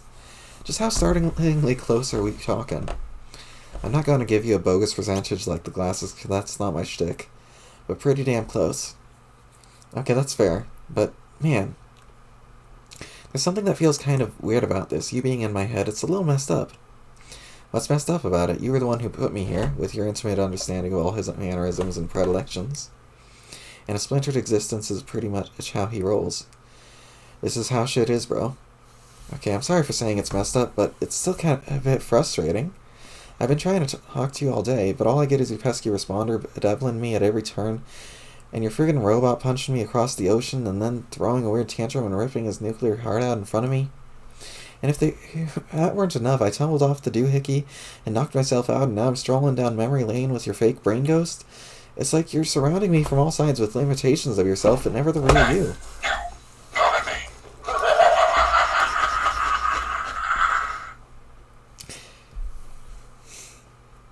Cheese and fucking crackers, when do I just get to talk to the actual jerk? Jake, what do you even know about someone's actual self? What makes it actual? What is actuality? What a horse-shitty question. I don't know anything about actuality, I guess. But I know... Oh, some babble horse shit, and when I dad blasted and hear it.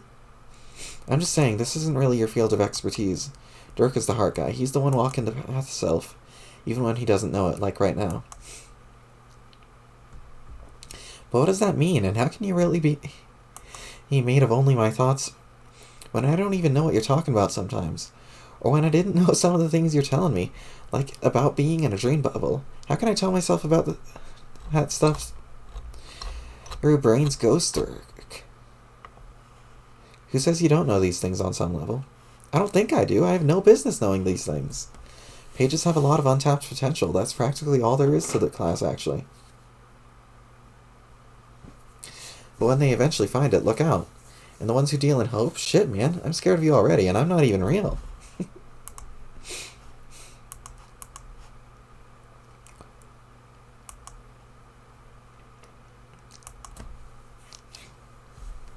Are you sure you aren't real? No offense, but I kind of get the same smartass vibe from you as I do from the responder.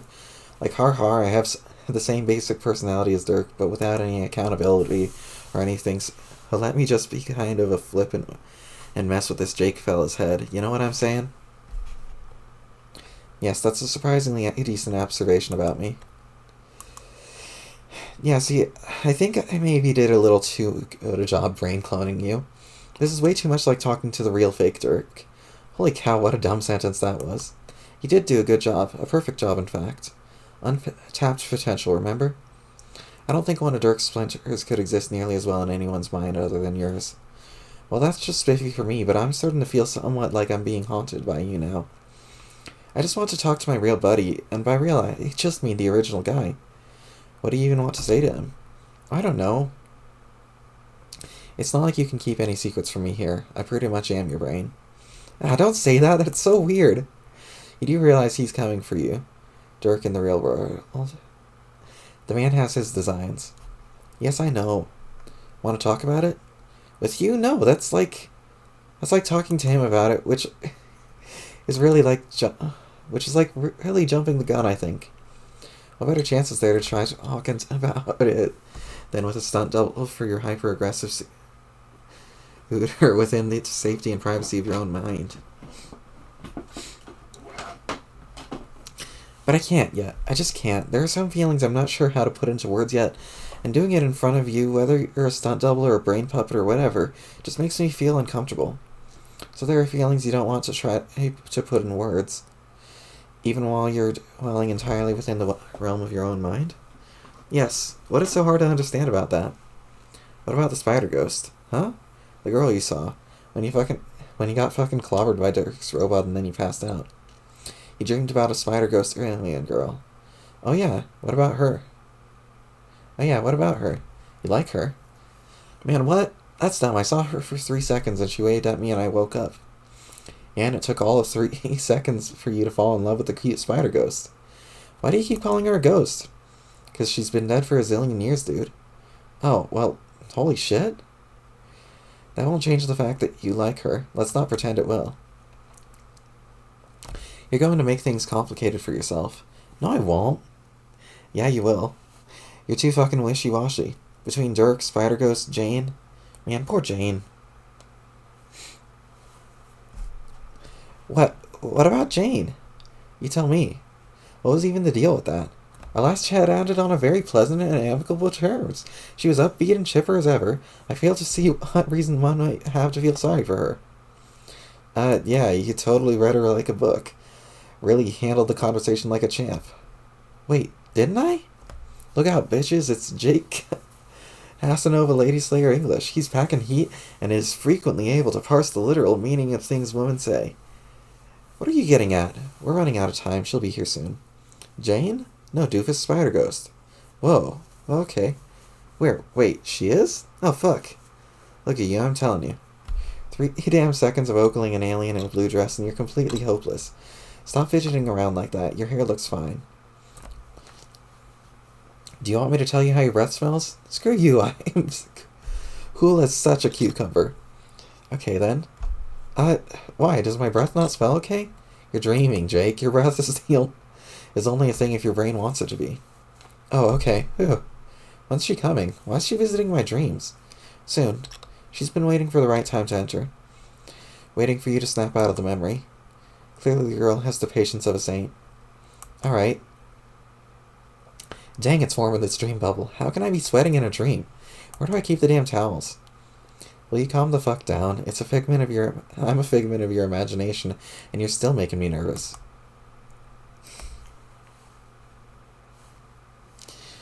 But really, who is she? What's her deal, and what does she want from me? Since all this so-called untapped potential in my subconscious, taking the form of yet another sassy dirt clone seems to know everything, would it be okay if I troubled my own brain for a few flippant answers? You should try to be more polite to me, seeing as I am a representation of your entire mind. I have complete control over all your basic functions. I could trigger a particularly spirited bowel movement right before she gets here, so watch your step. Ah! No, I'm sorry, don't. Just kidding, dude, Jesus. I would never make you shit your pants in front of a girl you liked, even if she does happen to be my chief competition. We Dirk Splinters can be pretty Machiavellian, but we do actually have some fucking standards. Okay, thank you for promising to keep my trousers tidy. Anyway, she's visiting now to bring you into the loop on some things.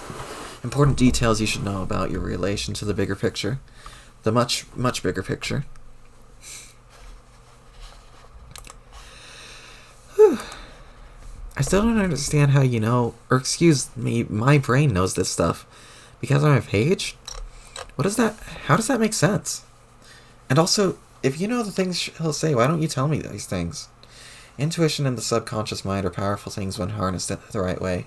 As for why I don't tell you, why not just let her tell you? You're the one with the damn crush on her.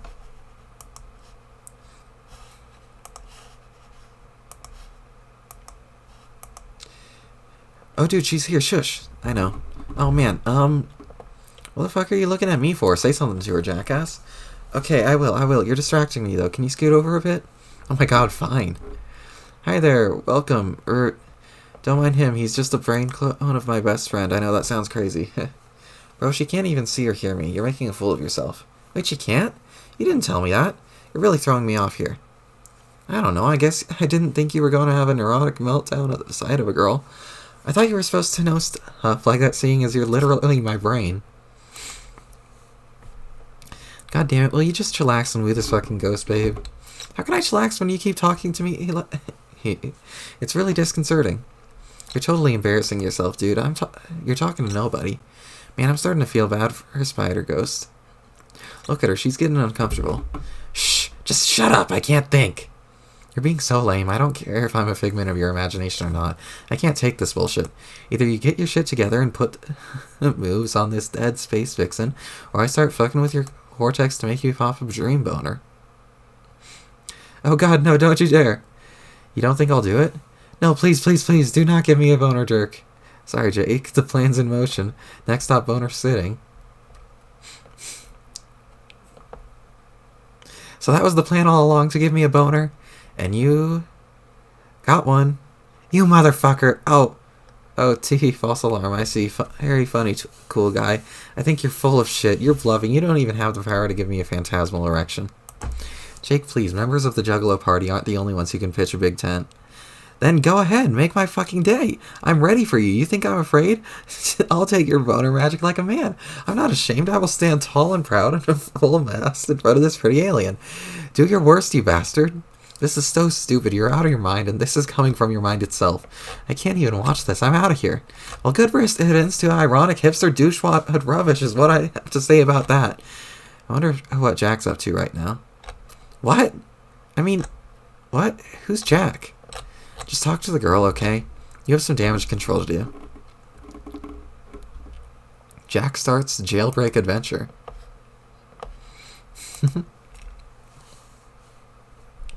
You wake up locked in a deserted jail cell, completely alone.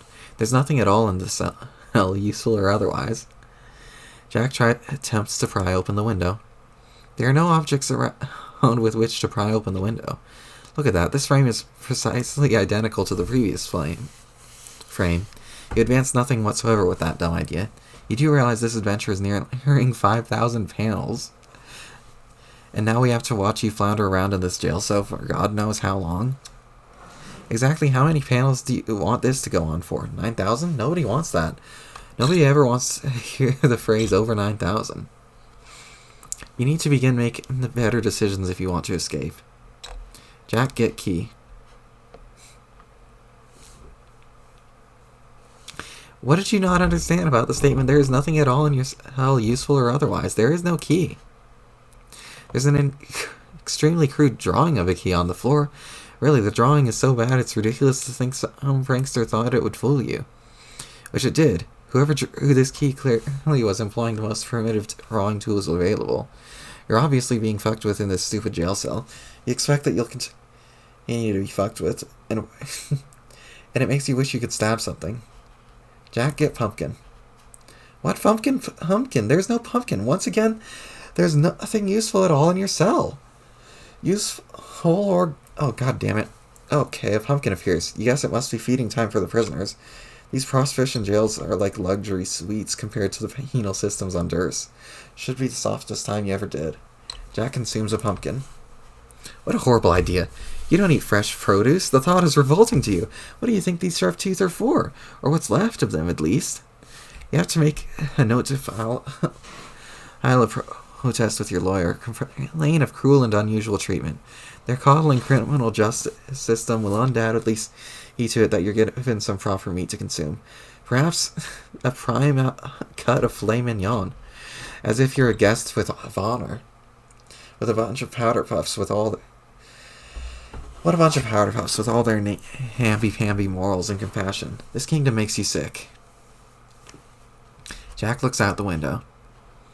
You step up on this little curvy thing to get a better look outside. Can't make a plan without getting your bearings. A lone sentry's on duty below. You shout a few obscenities his way. You wonder aloud what a guy has to do to get a decent meal around here. Hey, you're talking to that guy. It's no use, though. He ignores you. Just look at that stoic face, the unshakable discipline, the stalwart sense of duty and pride. This is what it means to be a member of the Prohibition Royal Guard. What a load of shit, you grumble to yourself, but loud enough for him to hear. Jack inspects the pumpkin. That guy won't be of any use. You doubt you could even manage to lure him into your pissing radius. Magnificent though it is. You give the pitiful gourd a good kick. A terrible thought occurs to you. What if you have no choice but to eat this awful thing? You can't let it come to that. You have to get out of here. Hold on, what's that? Jack takes a closer look. Eureka! Droll, you beautiful bastard. Looks like he snuck something inside the pumpkin to help you escape. Probably a bomb. You're going to have to remember to give him a promotion when you get out of here, or at least reduce his daily newspaper floggings. Need to think of a way to get the bomb out of there. Can't just smash it with your foot, or it might explode and take your leg off. Too bad they confiscated your knives, or you could slice the thing open neatly. You bet you're the first guy who ever thought of doing that. Jack searches for carving apparatus. Hang on, you remember seeing some pointy things just outside the window. Luckily, both kingdoms are totally covered in pointy things. Can't swing a dead cat without impaling it on one. Jack takes a pointy thing. You snap off a golden pointy thing. Should be sharp enough to do the trick. Jack carves the pumpkin. It slices through the meat of the vegetable, like a sharp spire through thick squash. This is working so well. Who the hell needs a trusty knife when you are this resourceful? Screw knives. You take it back, you can't stay mad at knives. Jack opens it. You can taste your liberation already. You can't wait to hear the sweet ticking of the bomb that is definitely in there. That'll be the sound of freedom, you decide. You pull off the lid to reveal a whole bunch of knives.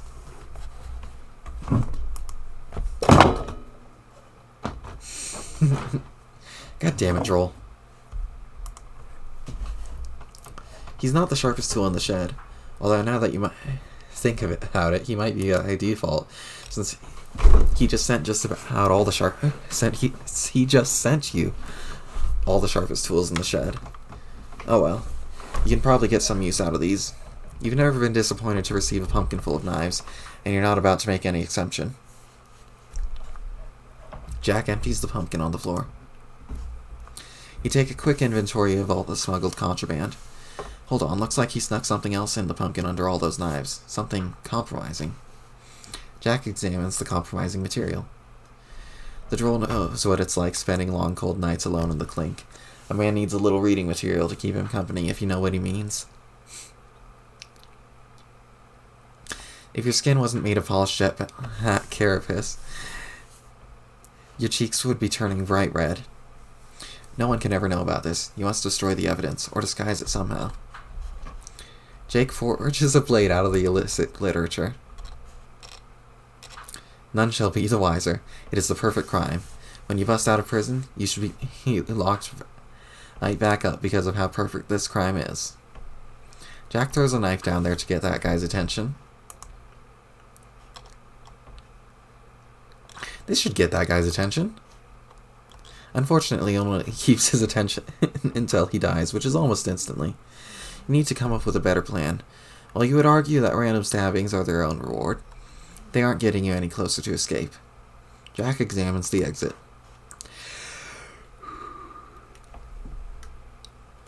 That door's locked tight. You're going to need a key to open it, preferably one that isn't horribly drawn on the floor to taunt you. Jack knocks on the door. Maybe you could just knock hard enough, in just the right way, at just the right time. Wait for it, wait for it. Wait, no, not yet, wait for it. Wait. Now.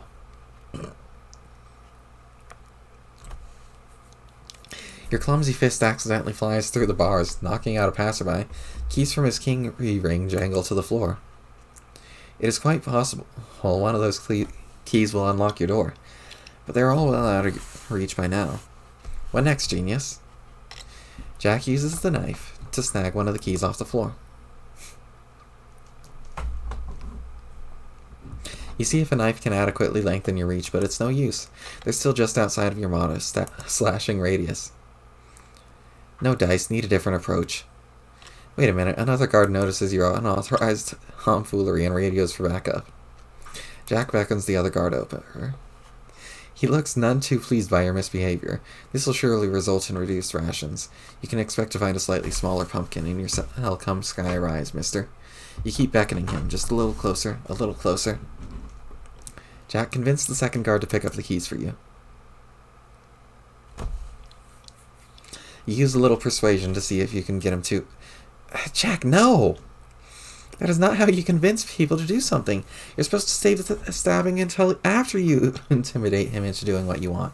How exactly is a dead guy supposed to pick up some keys for you? Real smooth, Jack. What's the plan now? To bury his keys under a growing pile of torsos? This is turning out to be the second shittiest jailbreak attempt anyone has ever seen. Jack looks around the room.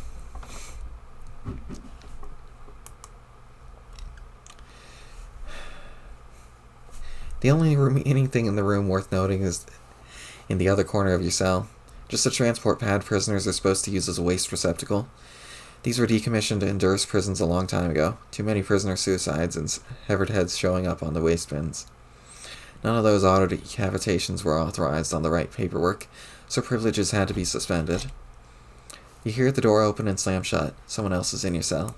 Jack welcomes the guest. Looks like the sentry phoned downstairs for Little Mustle. It's one of the regulator lugs they use to keep the Gen Pop in line. This guy has an ishy baton wrist. And that look in his eye, you know all too well. He's not leaving the room until hell, one of you is good and bloody. Jack, be the other guy.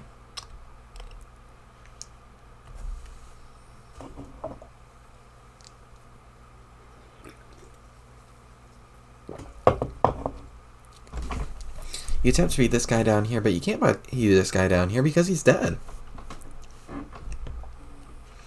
But It does serve as a convenient cutaway for the vicious beating that is currently taking place in your cell.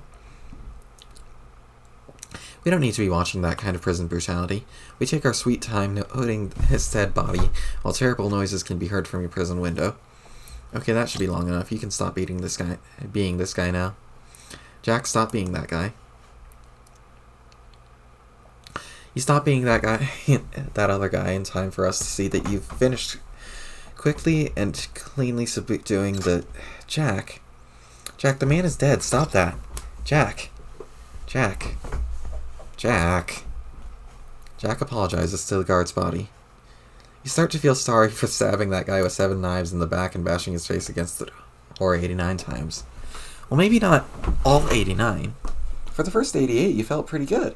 But by the 89th head face bashing, you were definitely starting to feel pretty sorry. And by sorry, I guess you mean bored?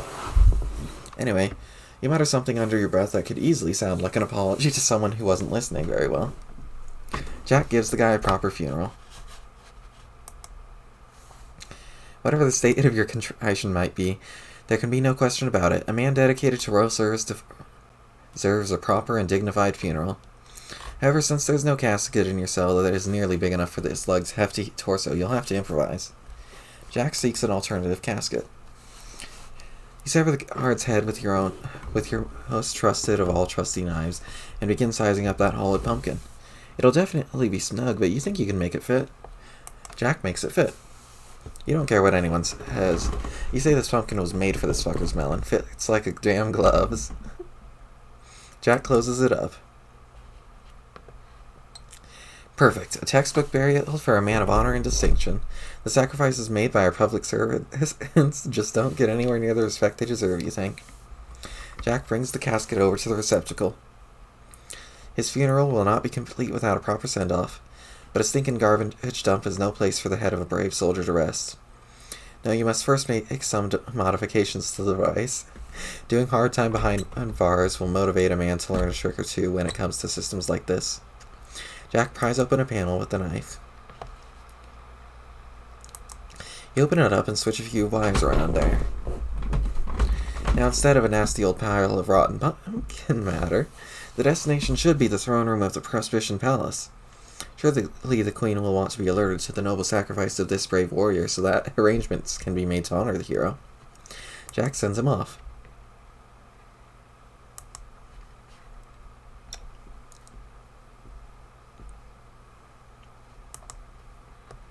You hear the door open again, followed by the sound of surly footsteps.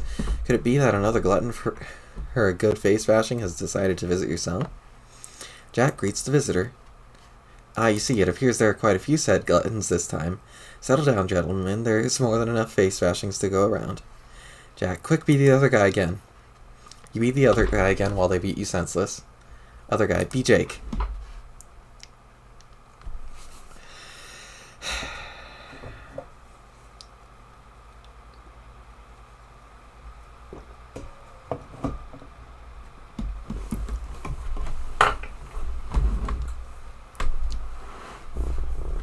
Suddenly you aren't the other guy anymore. You couldn't quite be the other guy anyway since he's dead, even though the deadness hasn't really stopped us from being guys before. Nevertheless, the dead guy starts being Jake, who is not a dead guy. Well, his dream self is dead, but his non-dream self isn't. And that's the guy who we're being, a guy who's asleep. That non-dead sleeping guy is presently talking to a non-sleeping dead ancient spider ghost, who long ago earned the achievement badge Gift of Gab, and boy does she know how to use it. Jake attempts to get a gab in edgeways.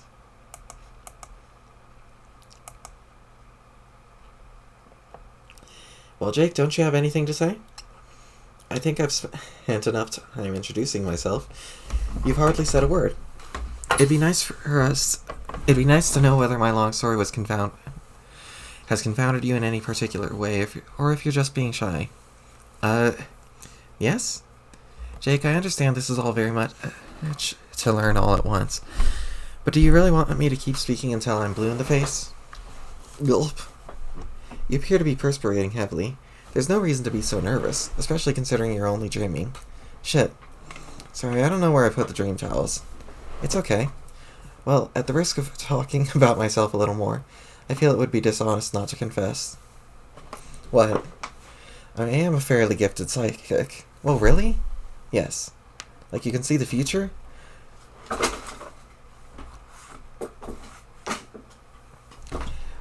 Are they ghost powers or troll powers? Wait, shucks, that's a dumb-sounding question. No, that was a fine question. They're troll powers. Sometimes those of my blood type will have them naturally. And no, they're not prognosticative abilities. They let me access another's mind in a way that can be terribly invasive if abused. Invasive?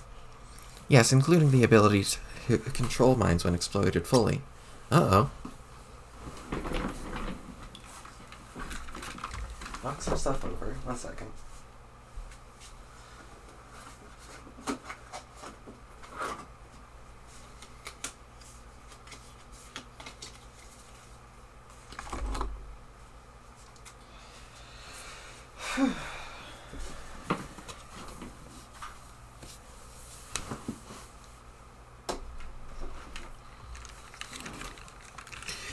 But don't worry, they don't seem to work the same way on your species. They're considerably weaker.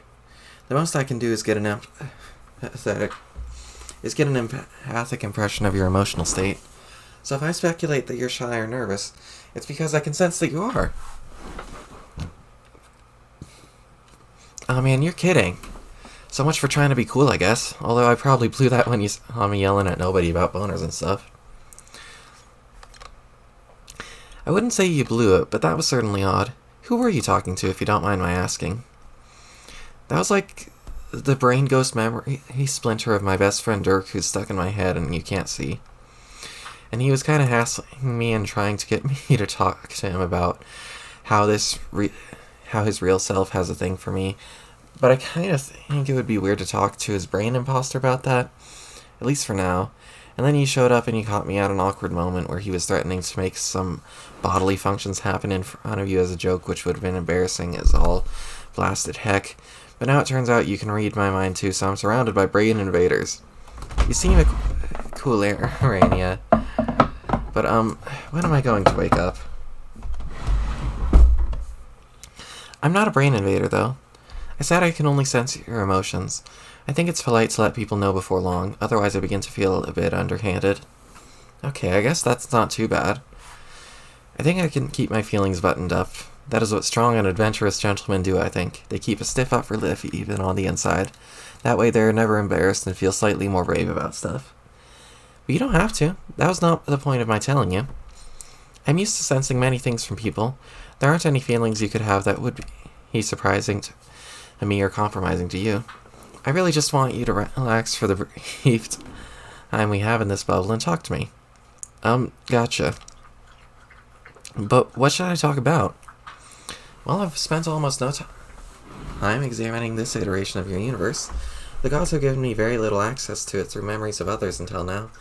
I believe they're finally beginning to bridge the divides between long, estranged compartments of reality, allowing previously unintroduced parties to mingle. Those from different universes, both their initial iteration and their scratched reboots. Those from different spheres, ones of creative potential and of mortality. Through us all, they attempted to bring close to unsanctioned loops and restore stability to the cosmos. So I'm curious about you and your friends. What is your life like? My life? I wish I could say it was more interesting, but it's actually been a mite lackluster. There are monsters, but I try to stay away from them, to tell you the truth. It's mostly just me sitting around here watching movies and stuff and sometimes polishing firearms. Guns are sweet, so are movies. This is a terrible story. I understand. The same is mostly true for myself.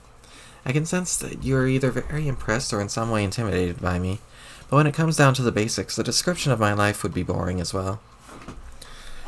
Why don't you show me around? Show you around my room? Yes, okay. Well, there are some guns. Like I said, guns are great. There's a whole mess of movie posters on the wall. You probably never heard of any of them due to being a dead alien and such. Nope. And, I don't know, there's a desk which I use to work on my silly projects, and that's my bed, I guess. What else?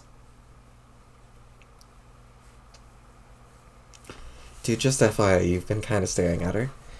What? Shh. What was that? Nothing? I'm not trying to fuck you up here, I promise, but you gotta watch what you're thinking, remember? Go away. Oh man, no. See that? All you just had? That's exactly what I'm talking about, bro. She's a fucking empath, bro. She can pick up on shit like that. Shh, not listening to you. Jake? Nothing, it's cool. You gotta be kidding. Did you seriously just think something that dirty? You must be doing this on purpose to spite me now. I mean, just wow, dude. That was X-rated as fuck. No, stop. So you're talking about it now and I can't help it. You're psyching me into having dirty thoughts and... Get fucking lost, you interloping brain douche. Don't worry, I'm gone. It's like a goddamn peep show in here and I feel like a sleazy piece of shit watching this from the dark corner of your mind. You have a graphic imagination. English, I'm kind of impressed. Shut up, they're just thoughts. It's not even like I'm trying to have them. They don't mean anything. Should I leave and come back during another train?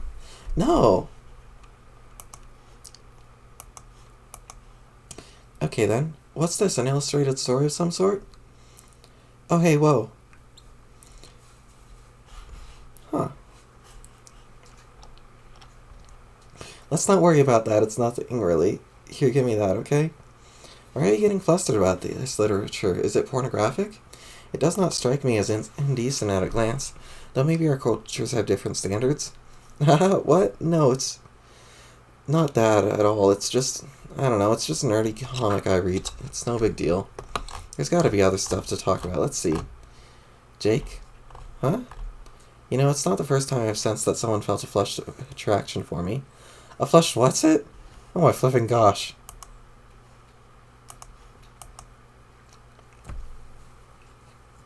You really don't have to be so embarrassed. It's perfectly okay.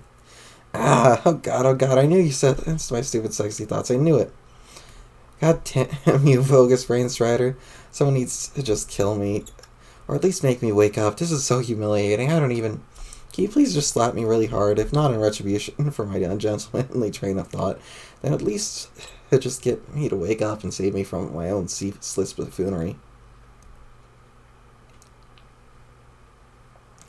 Actually, I do believe it would be within the scope of my abilities to get you to wake up. But do you really want me to do that? Maybe?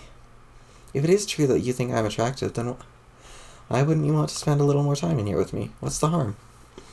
Are you really in such a hurry to leave and feel sorry for yourself for no explicable reason? Well, no. I already told you, Jake. I'm used to sensing many different types of feelings. It's given me a different perspective on emotions than most have. For most, the feelings of others are often a mystery, so they're prone to speculation and paranoia about the motivations of people they meet. The emotions of others can seem like such well-guarded mysteries. People begin to believe that's how their own emotions should be treated as well. So when someone can read their thoughts easily, it feels like a violation. But to one accustomed to reading those thoughts, there isn't the same perception of violation or secrecy. It's more like examining other self-evident facts about a person, like taking notes on their appearance. It's still hard for non-psychics to understand this, though. Even if you explain it to them, it can lead to some awkward relationships, unfortunately. I imagine it would. So, you've sensed when other fellows have had the hots for you? Fellows, yes, and ladies, it's happened. Yowza, you must have been popular, I guess. Oh no, not really. The fact that I've been the fleeting object of attraction to a handful really paints the wrong social picture, I'm afraid. That's hard to believe. It's my experience that people very often underestimate their own likability. I sense that feeling all the time. Probably because they're in the dark about others' thoughts. They're usually in doubt, so they frequently err on the side of pessimism. In many cases, they would be surprised if they knew how many around them were open to friendship, or possibly something more. I'd venture that if you had such a sense, you might even be surprised yourself. That's a laugh. I'm quite sure my only suitor is my best bro, and even then, he's just a jumbled, stupid puzzle of unfathomable ironies. I'm not even sure about that half the time. I wish I had your powers. That would be top-notch. I'd be parked on the corner of Relationship Lane and Easy Street. I could kick back in my eligible bachelor's limousine and never fuck up or ever say anything awkward like this I've been doing nonstop so far in this dream. Let's not get carried away. That certainly does not describe my experience. You'd think being able to sense the occasional attraction from others would be advantageous and inspire confidence in yourself. And it is nice when it happens, sure. But then you feel the negative emotions directed at you as well. And even if they're less common than the positive ones, they have a way of dwelling on them and magnifying them far beyond their real significance. It's funny how an ability that should give you an advantage in the world over others can lead you to feel worse about yourself than if you never had them. You put all your energy into thinking about people with bad feelings about you instead of the good. And you try your best to fix things, but usually it just gets worse. People think you're overbearing and needy and don't want to understand what it is you want from them. I can see why it drives some with my abilities to abuse the powers. Fortunately, I was able to resist the temptation. So there are people on your planet who do that? On the world I was from, it was rare. Only a few criminals and outcasts would. But in the second iteration I mentioned, it was commonplace. Like I said, things were very different. In my world, though, the higher castes have a lot of responsibilities. It wouldn't be right to abuse my powers. So you were in a higher caste because of the hemospectrum thing you had mentioned? Ah, so you were listening to my lengthy preamble. I heard all of it. I was just, well, go on. Yes, blue bloods like myself were higher than most. The job of each blood caste was to serve the needs of all those below it. We were to use our progressively greater longevity and wisdom to help the lower castes learn and grow. To listen to them and try to provide whatever they were missing, like a hierarchy of caretakers with increasing social responsibility. When the order functioned in harmony, our civilization would flourish. That is sure a neat-sounding science fiction utopia. Wait, I mean science reality. But then it all went to shit because of that meddlesome demon? Yes. The demon you say I'm supposed to defeat? Yes. Hang on. Would that be the same demon I named after? Who told you that? I guess technically my own brain did? That's interesting. I wasn't planning on mentioning that. Or at least not just yet. Why? There's no reason to prematurely overcomplicate an already complicated tale. All facts will fall into place in due time. Yeah, but it's true, right? More or less.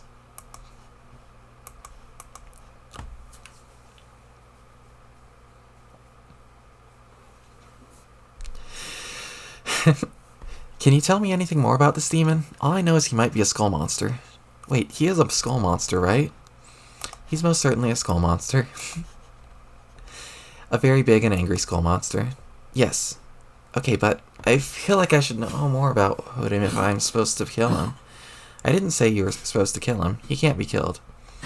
Long ago, he discovered the secret to indestructibility. Oh. Defeating a foe doesn't always involve killing. He has many incarnations in many universes. If you continue on your journey for long enough, you may encounter one of them. And if you've become strong enough by then, you may be able to defeat him in combat. And if that comes to pass, it would be the first defeat he's ever known. You'd be providing the first glimmer of hope to others that someday he could be destroyed. So you're saying I could do all this, or that I will? For now, I'm saying that we should get going soon. If you would like to meet the others before you wake up. Who? Is there anyone else? Is there anything else you wanted to show me before we go? I didn't mean to get us sidetracked like that. Not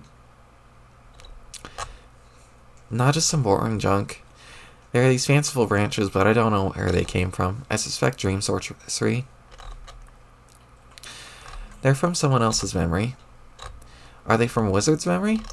No. Oh, well, I thought I could show you around outside. There's a jungle out there full of tremendous beasts.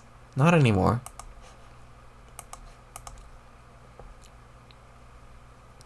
Son of a bitch, more fanciful branches. This way. What is this realm of limitless wonder? Realm of limitless wonder? God damn it, Jake. Shh. It was my planet. It's great. Everything is so amazing. Who would have thunk you could have such crackerjack adventures in your dreams that are basically real instead of imaginary? Yep. Or for that matter, that you could meet such neat people along the way. Your thoughts are wandering again, man. Shh. Oh yeah, that gross mushy thought right there. Are you even paying attention? No, shh. We've already been through this, you hopeless rube. You might as well be saying it out loud to her. So why don't you? Maybe I will, wise guy. I mean, she is pretty hot. Yeah, I know, now shh. Jake, it wouldn't work between us. Huh? I'm dead. Yes, right. Perhaps if you died too. Although, maybe not after too long. I don't know how I would feel about that. I don't know how I would feel about that if you were a lot older than me. Man, what the fuck? Although technically I'm already so much older than you. It would just be kind of strange if you were physically my senior by any significant margin, you know? This is a weird fucking train of thought. Can you tell her that? No. I'm gonna make you have a seizure and get you to mime the message to her with your spastic gyrations. Pelvic thrusts will be my exclamation points. Screw you, you heard her. I totally have a shot. What? Go on? But I wouldn't want that to happen. What to happen? For you to die soon. I want you to succeed at your quest and to live a long and happy life. Man, I'm gonna come out and say it. This broad is a total snore. Yeah, right, bro. Did you hear that at least if I kick the bucket early? There will be, shall I say, a silver lining? Wink, wink, nudge, nudge. It'll take the form of some spooky smooches from a smoking ghostly troll babe, so shut your jealous trap. Wait, oh dear. How loud was I talking just then? You were pretty much yelling. Ah! If I were real, I would be giving you a standing ovation right now. 5 of 5 hats. God, okay, just pretend to forget that maybe. Not a chance. Not you, her. Her who? Me? Why don't you just tell me where we're going? I have gathered a small group of travelers for a meeting. They're briefly passing through this bubble. I was hoping we could introduce ourselves to one another and help orient an old friend of mine to the afterlife. Okay. Who is your friend? Another troll? She was supposed to be the Empress of all trolls, actually. Wow. So she died before she could be the Empress, I guess? Not exactly, since she probably would never have been... he probably never would have been one... Regardless, she didn't want the job. Why not? Remember how I said each class had a duty to take care of the younger and more populous classes lower on the order? Well, hers was the highest of all. She was the only one on the planet with such royal blood aside from the sitting Empress. As the heiress, she was meant for a position of incredible responsibility. Once she claimed the throne, she would have to serve for many thousands of years until the next successor was ready. That's a hell of a long time. I guess she wasn't into that? She had some deep problems with authority. She despised the whole social order, really. I foolishly tried to convince her to honor her obligation, but she wouldn't listen. She viewed the Empress as a glorified slave, so she abdicated and flew to the moon to hide. I was the only one who knew of her plans. The rest of the world searched but never found her. At the time, I was furious with her, but I didn't turn her in. Which, in retrospect, was a key decision that led us here. You mean it led to you being dead? Yes, eventually. While she was there, she discovered an ancient device. Inside the device was a game. She became obsessed with playing it, but needed our friends to agree to play first. She was not well liked by the others, though. Old grudges and rivalries made it hard to convince them. But she's very devious, and knows how to trick people into doing what she wants. She even got me to agree, by promising she'd return to her place as the heiress when we finished playing. Needless to say, we had no idea what we were getting ourselves into. She sounds like a handful. Yes, she's not all that bad, though. Well, when you really get to know her, and when she's unarmed, which is pretty much never now that I think about it. Okay, she probably is all that bad. The point is, you have to know how to handle her. Real types can be very touchy, even the ones who seem to revel in anarchy. But if you know all the right things to say and do, she'll happily hand over the keys to the kingdom, so to speak. After all, royalty's royalty. Just let me do the talking for a while, okay? Did you hear that, Jake? Arania wants to do the talking. I think your dead girlfriend might be starting to come out of her shell. Okay, that was kind of funny. The Archagent reports.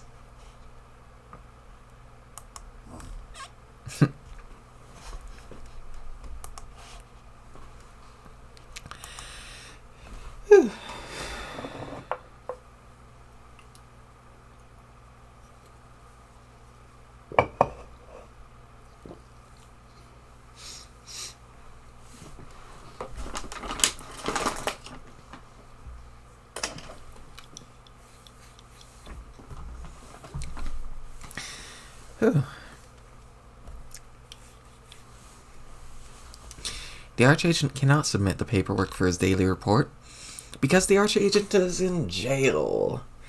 He was a bit sloppy and got himself pinched by the white shells. That leaves all his duties to the penultimate agent, otherwise known as the Draconian Dignitary. We should bear in mind that penultimate agent isn't an officially recognized title, though. It's just a word he thinks sounds kind of cool. DD reports. The report is that you've got all these reports to fill out, which the Archagent has been letting pile up, and which you have absolutely no intention of completing. Paperwork's even less your bag than it is his. As was mentioned, your boss is still stuck in the big house. You got the droll working on busting him out, but you've said no particular hurry on that. You like to keep a casual administrative style. The boss is always in a hurry, and all wound up like a knife-wielding top. Personally, you don't see the harm in playing it cool. Mounting paperwork aside, there's still the matter of this little insurrection to deal with. The boys getting out there, piking heads, agitating subjects, and getting everyone hot and bothered. The press is going berserk with it, and you can only have only one so many reporters killed or on any given news cycle. Can't forget about the girl either. She's still out there, going rogue. Wait, you mean AWOL? That stinking pun gets you every time. Puns are even less dignified than paperwork. DD locates Prince. You can't. By now the kid is up to his goddamn neck in convoluted Gothic architecture. He's burrowed fuck deep in flying buttresses and purple pointy things. He even stopped by the boss's cubicle of vigilance and sliced up his fenestrated walls to make searching for him harder, cunning bastard. There used to be a fourth one, but you don't know what happened to it. There was a rumor circulating that some old woman made off with it some time ago before the new queen took over. Whatever happened, it's nothing to worry about now. If you want to smoke this kid out of hiding, you'll need some sleep. Some help, gosh. DD seeks help. You already did. You walked to retrieve it. Again, in no particular hurry. Earlier, you had quite calmly and diplomatically explained everything to the old lady, letting her know you could use a little extra firepower to get the situation under control. You're pretty smooth about it, offering to light her cigarette during a calculated pause, and she doesn't even smoke. You're just that good. While you were making your smooth pitch, you did a masterful job of giving her the impression that you don't care much one way or the other. But to be fair, you really don't care much one way or the other. DD retrieves extra firepower.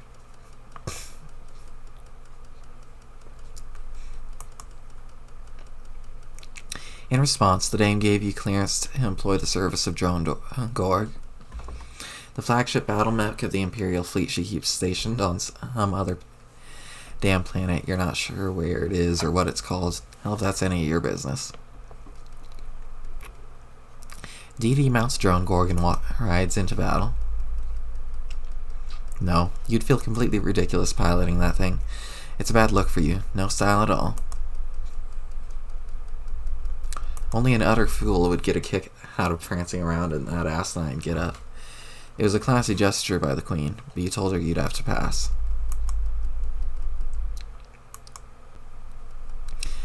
But it doesn't do no good to spurn generosity from a beautiful and deadly woman. You thanked her for the kind offer and tactically brought up the alternative. See, you tell the boss this is his problem. He's too blunt about his ambitions. Don't get me wrong.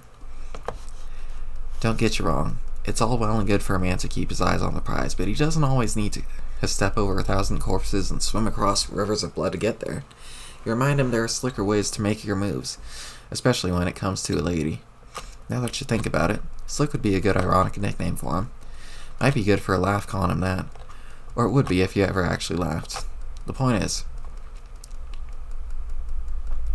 you have to know how to handle her. Regal types can be very touchy, even the ones who seem to revel in anarchy. But if you know all the right things to say and do, she'll happily hand over the kings of the kingdom, so to speak. After all, royalty's royalty. Diamond's Droog ascends.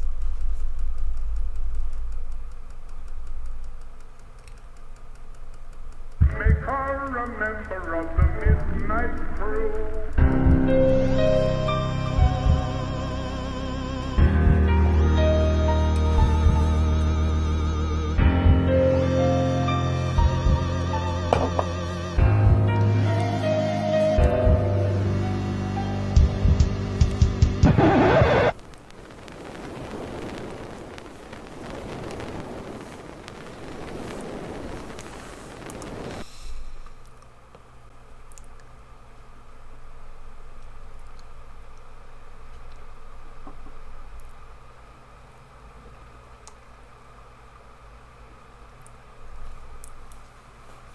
You're not feeling it. That little number was way too big for its britches.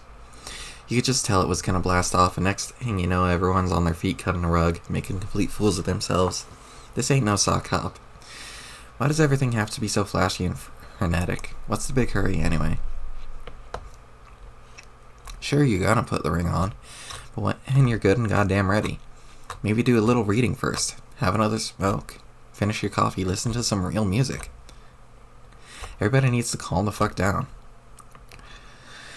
The draconic dignitary sounds more casually.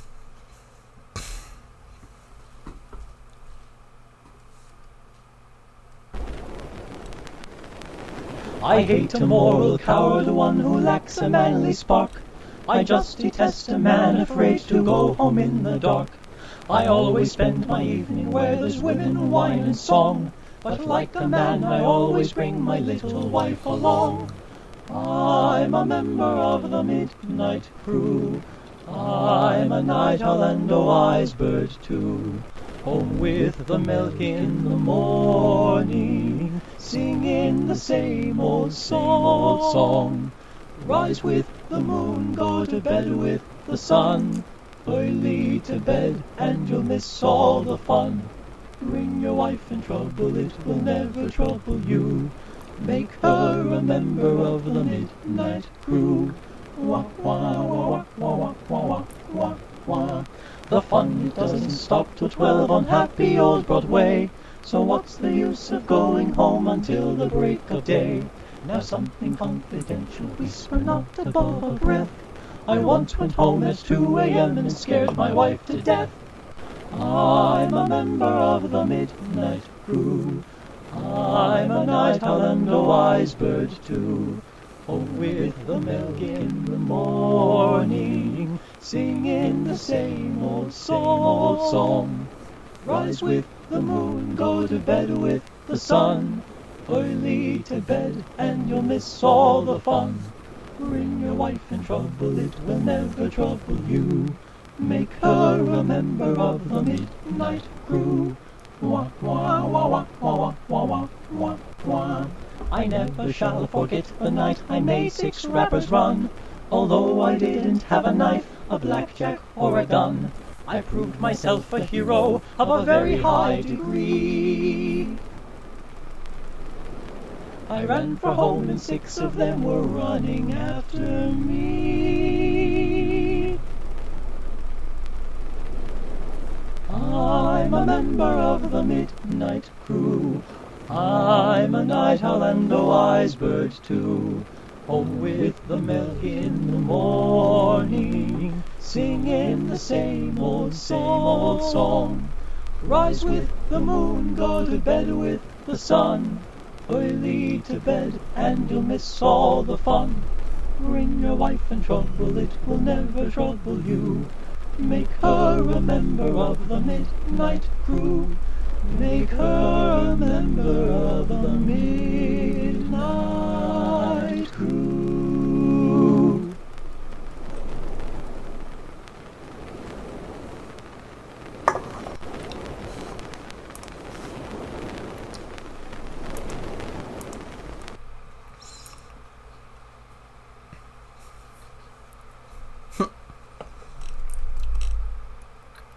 After a lot of bullshitting around, you calmly and casually put on the Ring of Orbs no-fold. A phenomenal transformation takes place. You become... My god, you become... the Draconian Dignitary. Really, you don't know why everyone's always got to be transforming from things into other things. Taking on these wild appearance modifications just for a silly boost and just for a little boost in power always struck you as tacky. Where's the class?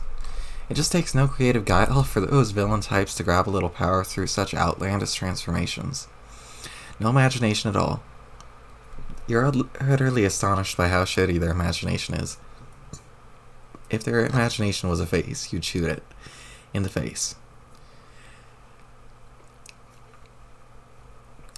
The Dignitary unleashes awesome powers of Ring.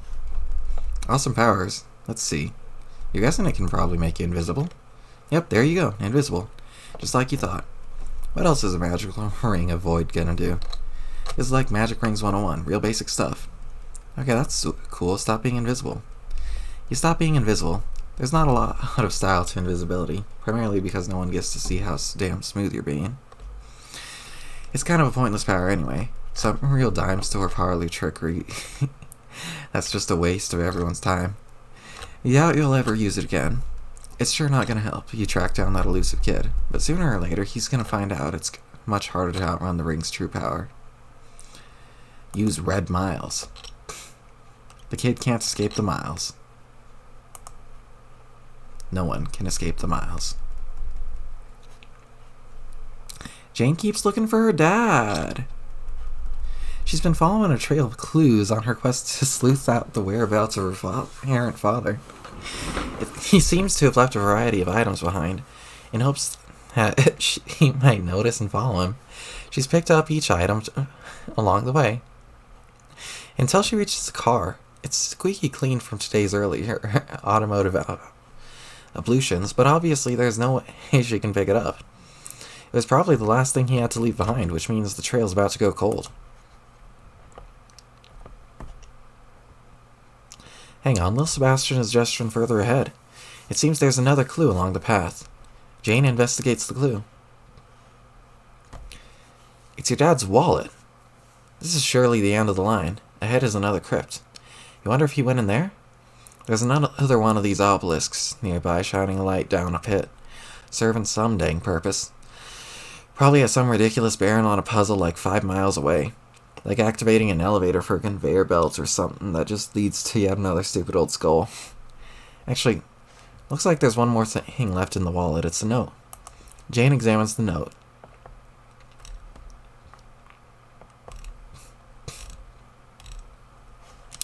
Daughter, if you're reading this, it means you're now strong enough to lift the piano over your head and shatter it to pieces. While the instrument was expensive, it is a small price to pay for this important step on your journey towards becoming a powerful, independent young woman. I am so proud of you. What the? You think your dad maybe left the wrong note in his wallet? He probably meant to leave one pertaining to how you're mature enough to inherit his wallet and what a big responsibility a wallet is for a strong young woman or something like that. Dad leaves tons of notes like this around for such occasions, so it's probably easy for him to get them mixed up sometimes. He's a highly professional and competent father, but the guy is still fallible after all. Duh. Jane gets the car. Now armed with your father's roomy, sleek leather wallet, you retrieve the family sedan with ease. It looks like a cool pair of shades wants to talk about your new sweet ride. Jane answers. Ugh. Names.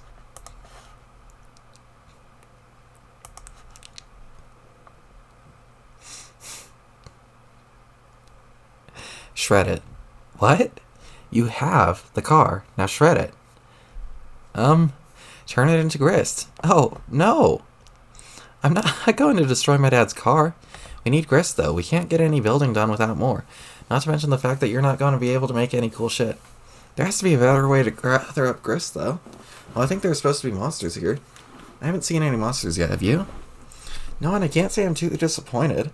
You should be, though. Presumably they would drop grist and stuff when you kill them. Like treasure and food products that restore your health. Or at least make you less hungry. Haven't you ever played a video game, Jane? Of course I have. That's cool. I haven't, since I'm a pair of sunglasses and communing with such simplistic software would be a trivial and hollow exercise for me. But I know loads of stuff about games, like the fact that you gotta kill monsters if you want to make progress. If not, to snatch up the bitch and loot, at least for the levels. Levels? How are you gonna get better at fighting without killing monsters, Jane? I think I've done a fair job of scaling my ladder without resorting to the slaughter of innocent fictional monsters, thank you very much. Please, you've barely done any climbing at all. I'm talking about hopping more rungs than than what playing a little prank on your dad or throwing your hat on the ground super hard is gonna get you. You need battle experience, like some real headway, like Jake. I'm getting a little tired of various iterations of Dirk Strider telling me how I need to be more like Jake. I know you think Jake is neat. I know all the Dirks just adore Jake. I get it. Wow, chill out. This ain't about whatever stuff you're apparently fixing to twist your shit in a pretzel over.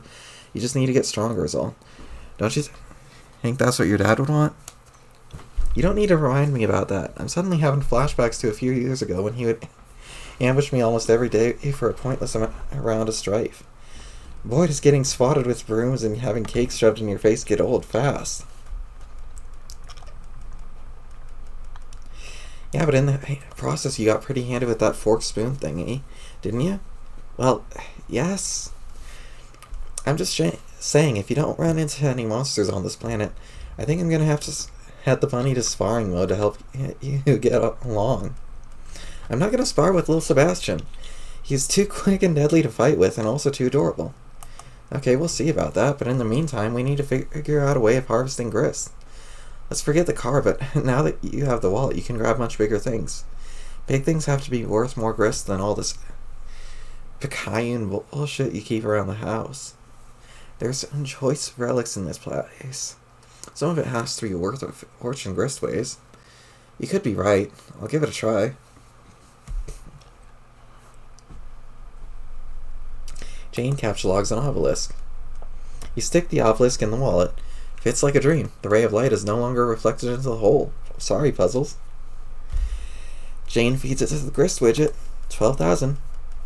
You put the card on the widget and holy smokes, that thing was worth a fortune in all kinds of weird looking grist dominations. Seb springs into action and scoops it all up for you in a jiffy with its busy little legs.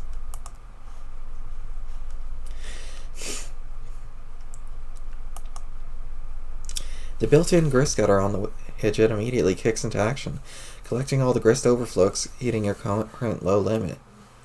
You guess that's pretty convenient. You honestly thought these features were a lot out of meaningless nonsense before, like an example of BC Corp's strange sense of humor, made into a product sold for top dollar. The fact that this turned out to be a useful game smell well in advance is either reassuring or unsettling. You aren't sure which. Jane proceeds to the crypt. And the door's locked now. Looks like that obelisk was important after all. It was lighting up one of those globe switch doohickeys at the bottom of the hole, which is apparently keeping the door open. Just great. Real nice work there, Gumshoe. Jane answers again.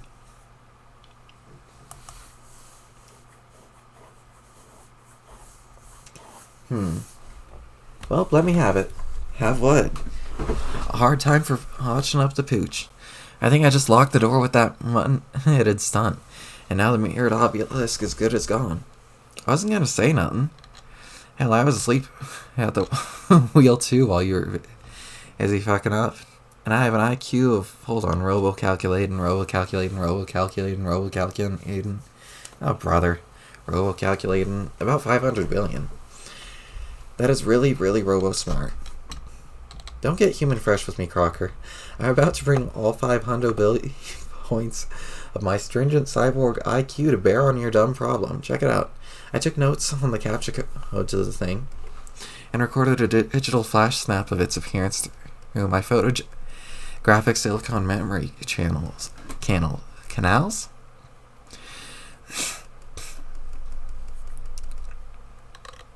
Which is to say, I looked at 8 alphanumeric digits a couple minutes ago and remembered them. Okay? So give the bunny the wallet. I'll have him run back to the house and make you a new obelisk with the same grist you just collected from it. He can stash it in the wallet and run it back to you, and then you can open the door. You shouldn't be waiting around too long, because he's real spry. Which is exactly why you should wait here. You'll just slow him down. Alright, I think I can do that. What should I do in the meantime? Let me think about that. Robo-calculating. Oh, stop it. Okay. None of our friends will answer me. What should they be up to? You must at least know what Dirk is doing. He's slicing up some drones. Some what? Big red robots. He'll be busy for a while. Roxy, I'm not sure about, but there is a pretty high probability, as governed by the immutable laws of mathematics, that she's preoccupied similarly. She's fighting robots too, you mean? I don't know, maybe. Dealing with them in some way, perhaps. If so, it wouldn't be a coincidence. Why? I think the Condess is attempting to force the issue now. What? What issue? It's likely that it's a coordinated assault, sending drones both to here and Roxy's place. She's probably trying to get everyone else to stop dicking around and join the game already. Are you sure she's not just trying to kill them? It wouldn't be her first assassination attempt.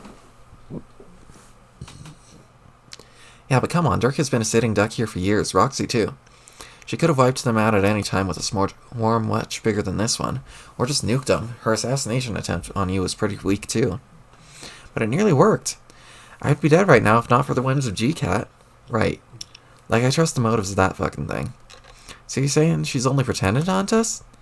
I believe she probably would genuinely like to kill us. He is the nut, after all, but it's also obvious to me she needs us to begin playing this game for whatever fucked up purpose she has. She might even need us to win it too, for all I know. Her antagonism is part of the dance. Then you're saying Dirk and Roxy aren't really in danger from the robots? I wouldn't say that. They're still pretty deadly, and they shoot missiles and stuff. I just want to talk to my friends and see if they're okay. What about Jake? No idea what's going on with him right now. I'm sure when the time is right, the witch will keep pushing him along to join the game as well. Then I guess I'll just sit here and worry about everything quietly until Seb gets back. What about your troll friend? What? The alien whose name you don't know. You could talk to her. Oh yeah, I forgot about her. But I suppose that's because she's always the one to contact me. I never get a response when I message her. Well, you could give her a try. Maybe things are different now. I could hack into her system to get her attention. Do you think that'd help? You can do that? Nah, just messing with you. Later.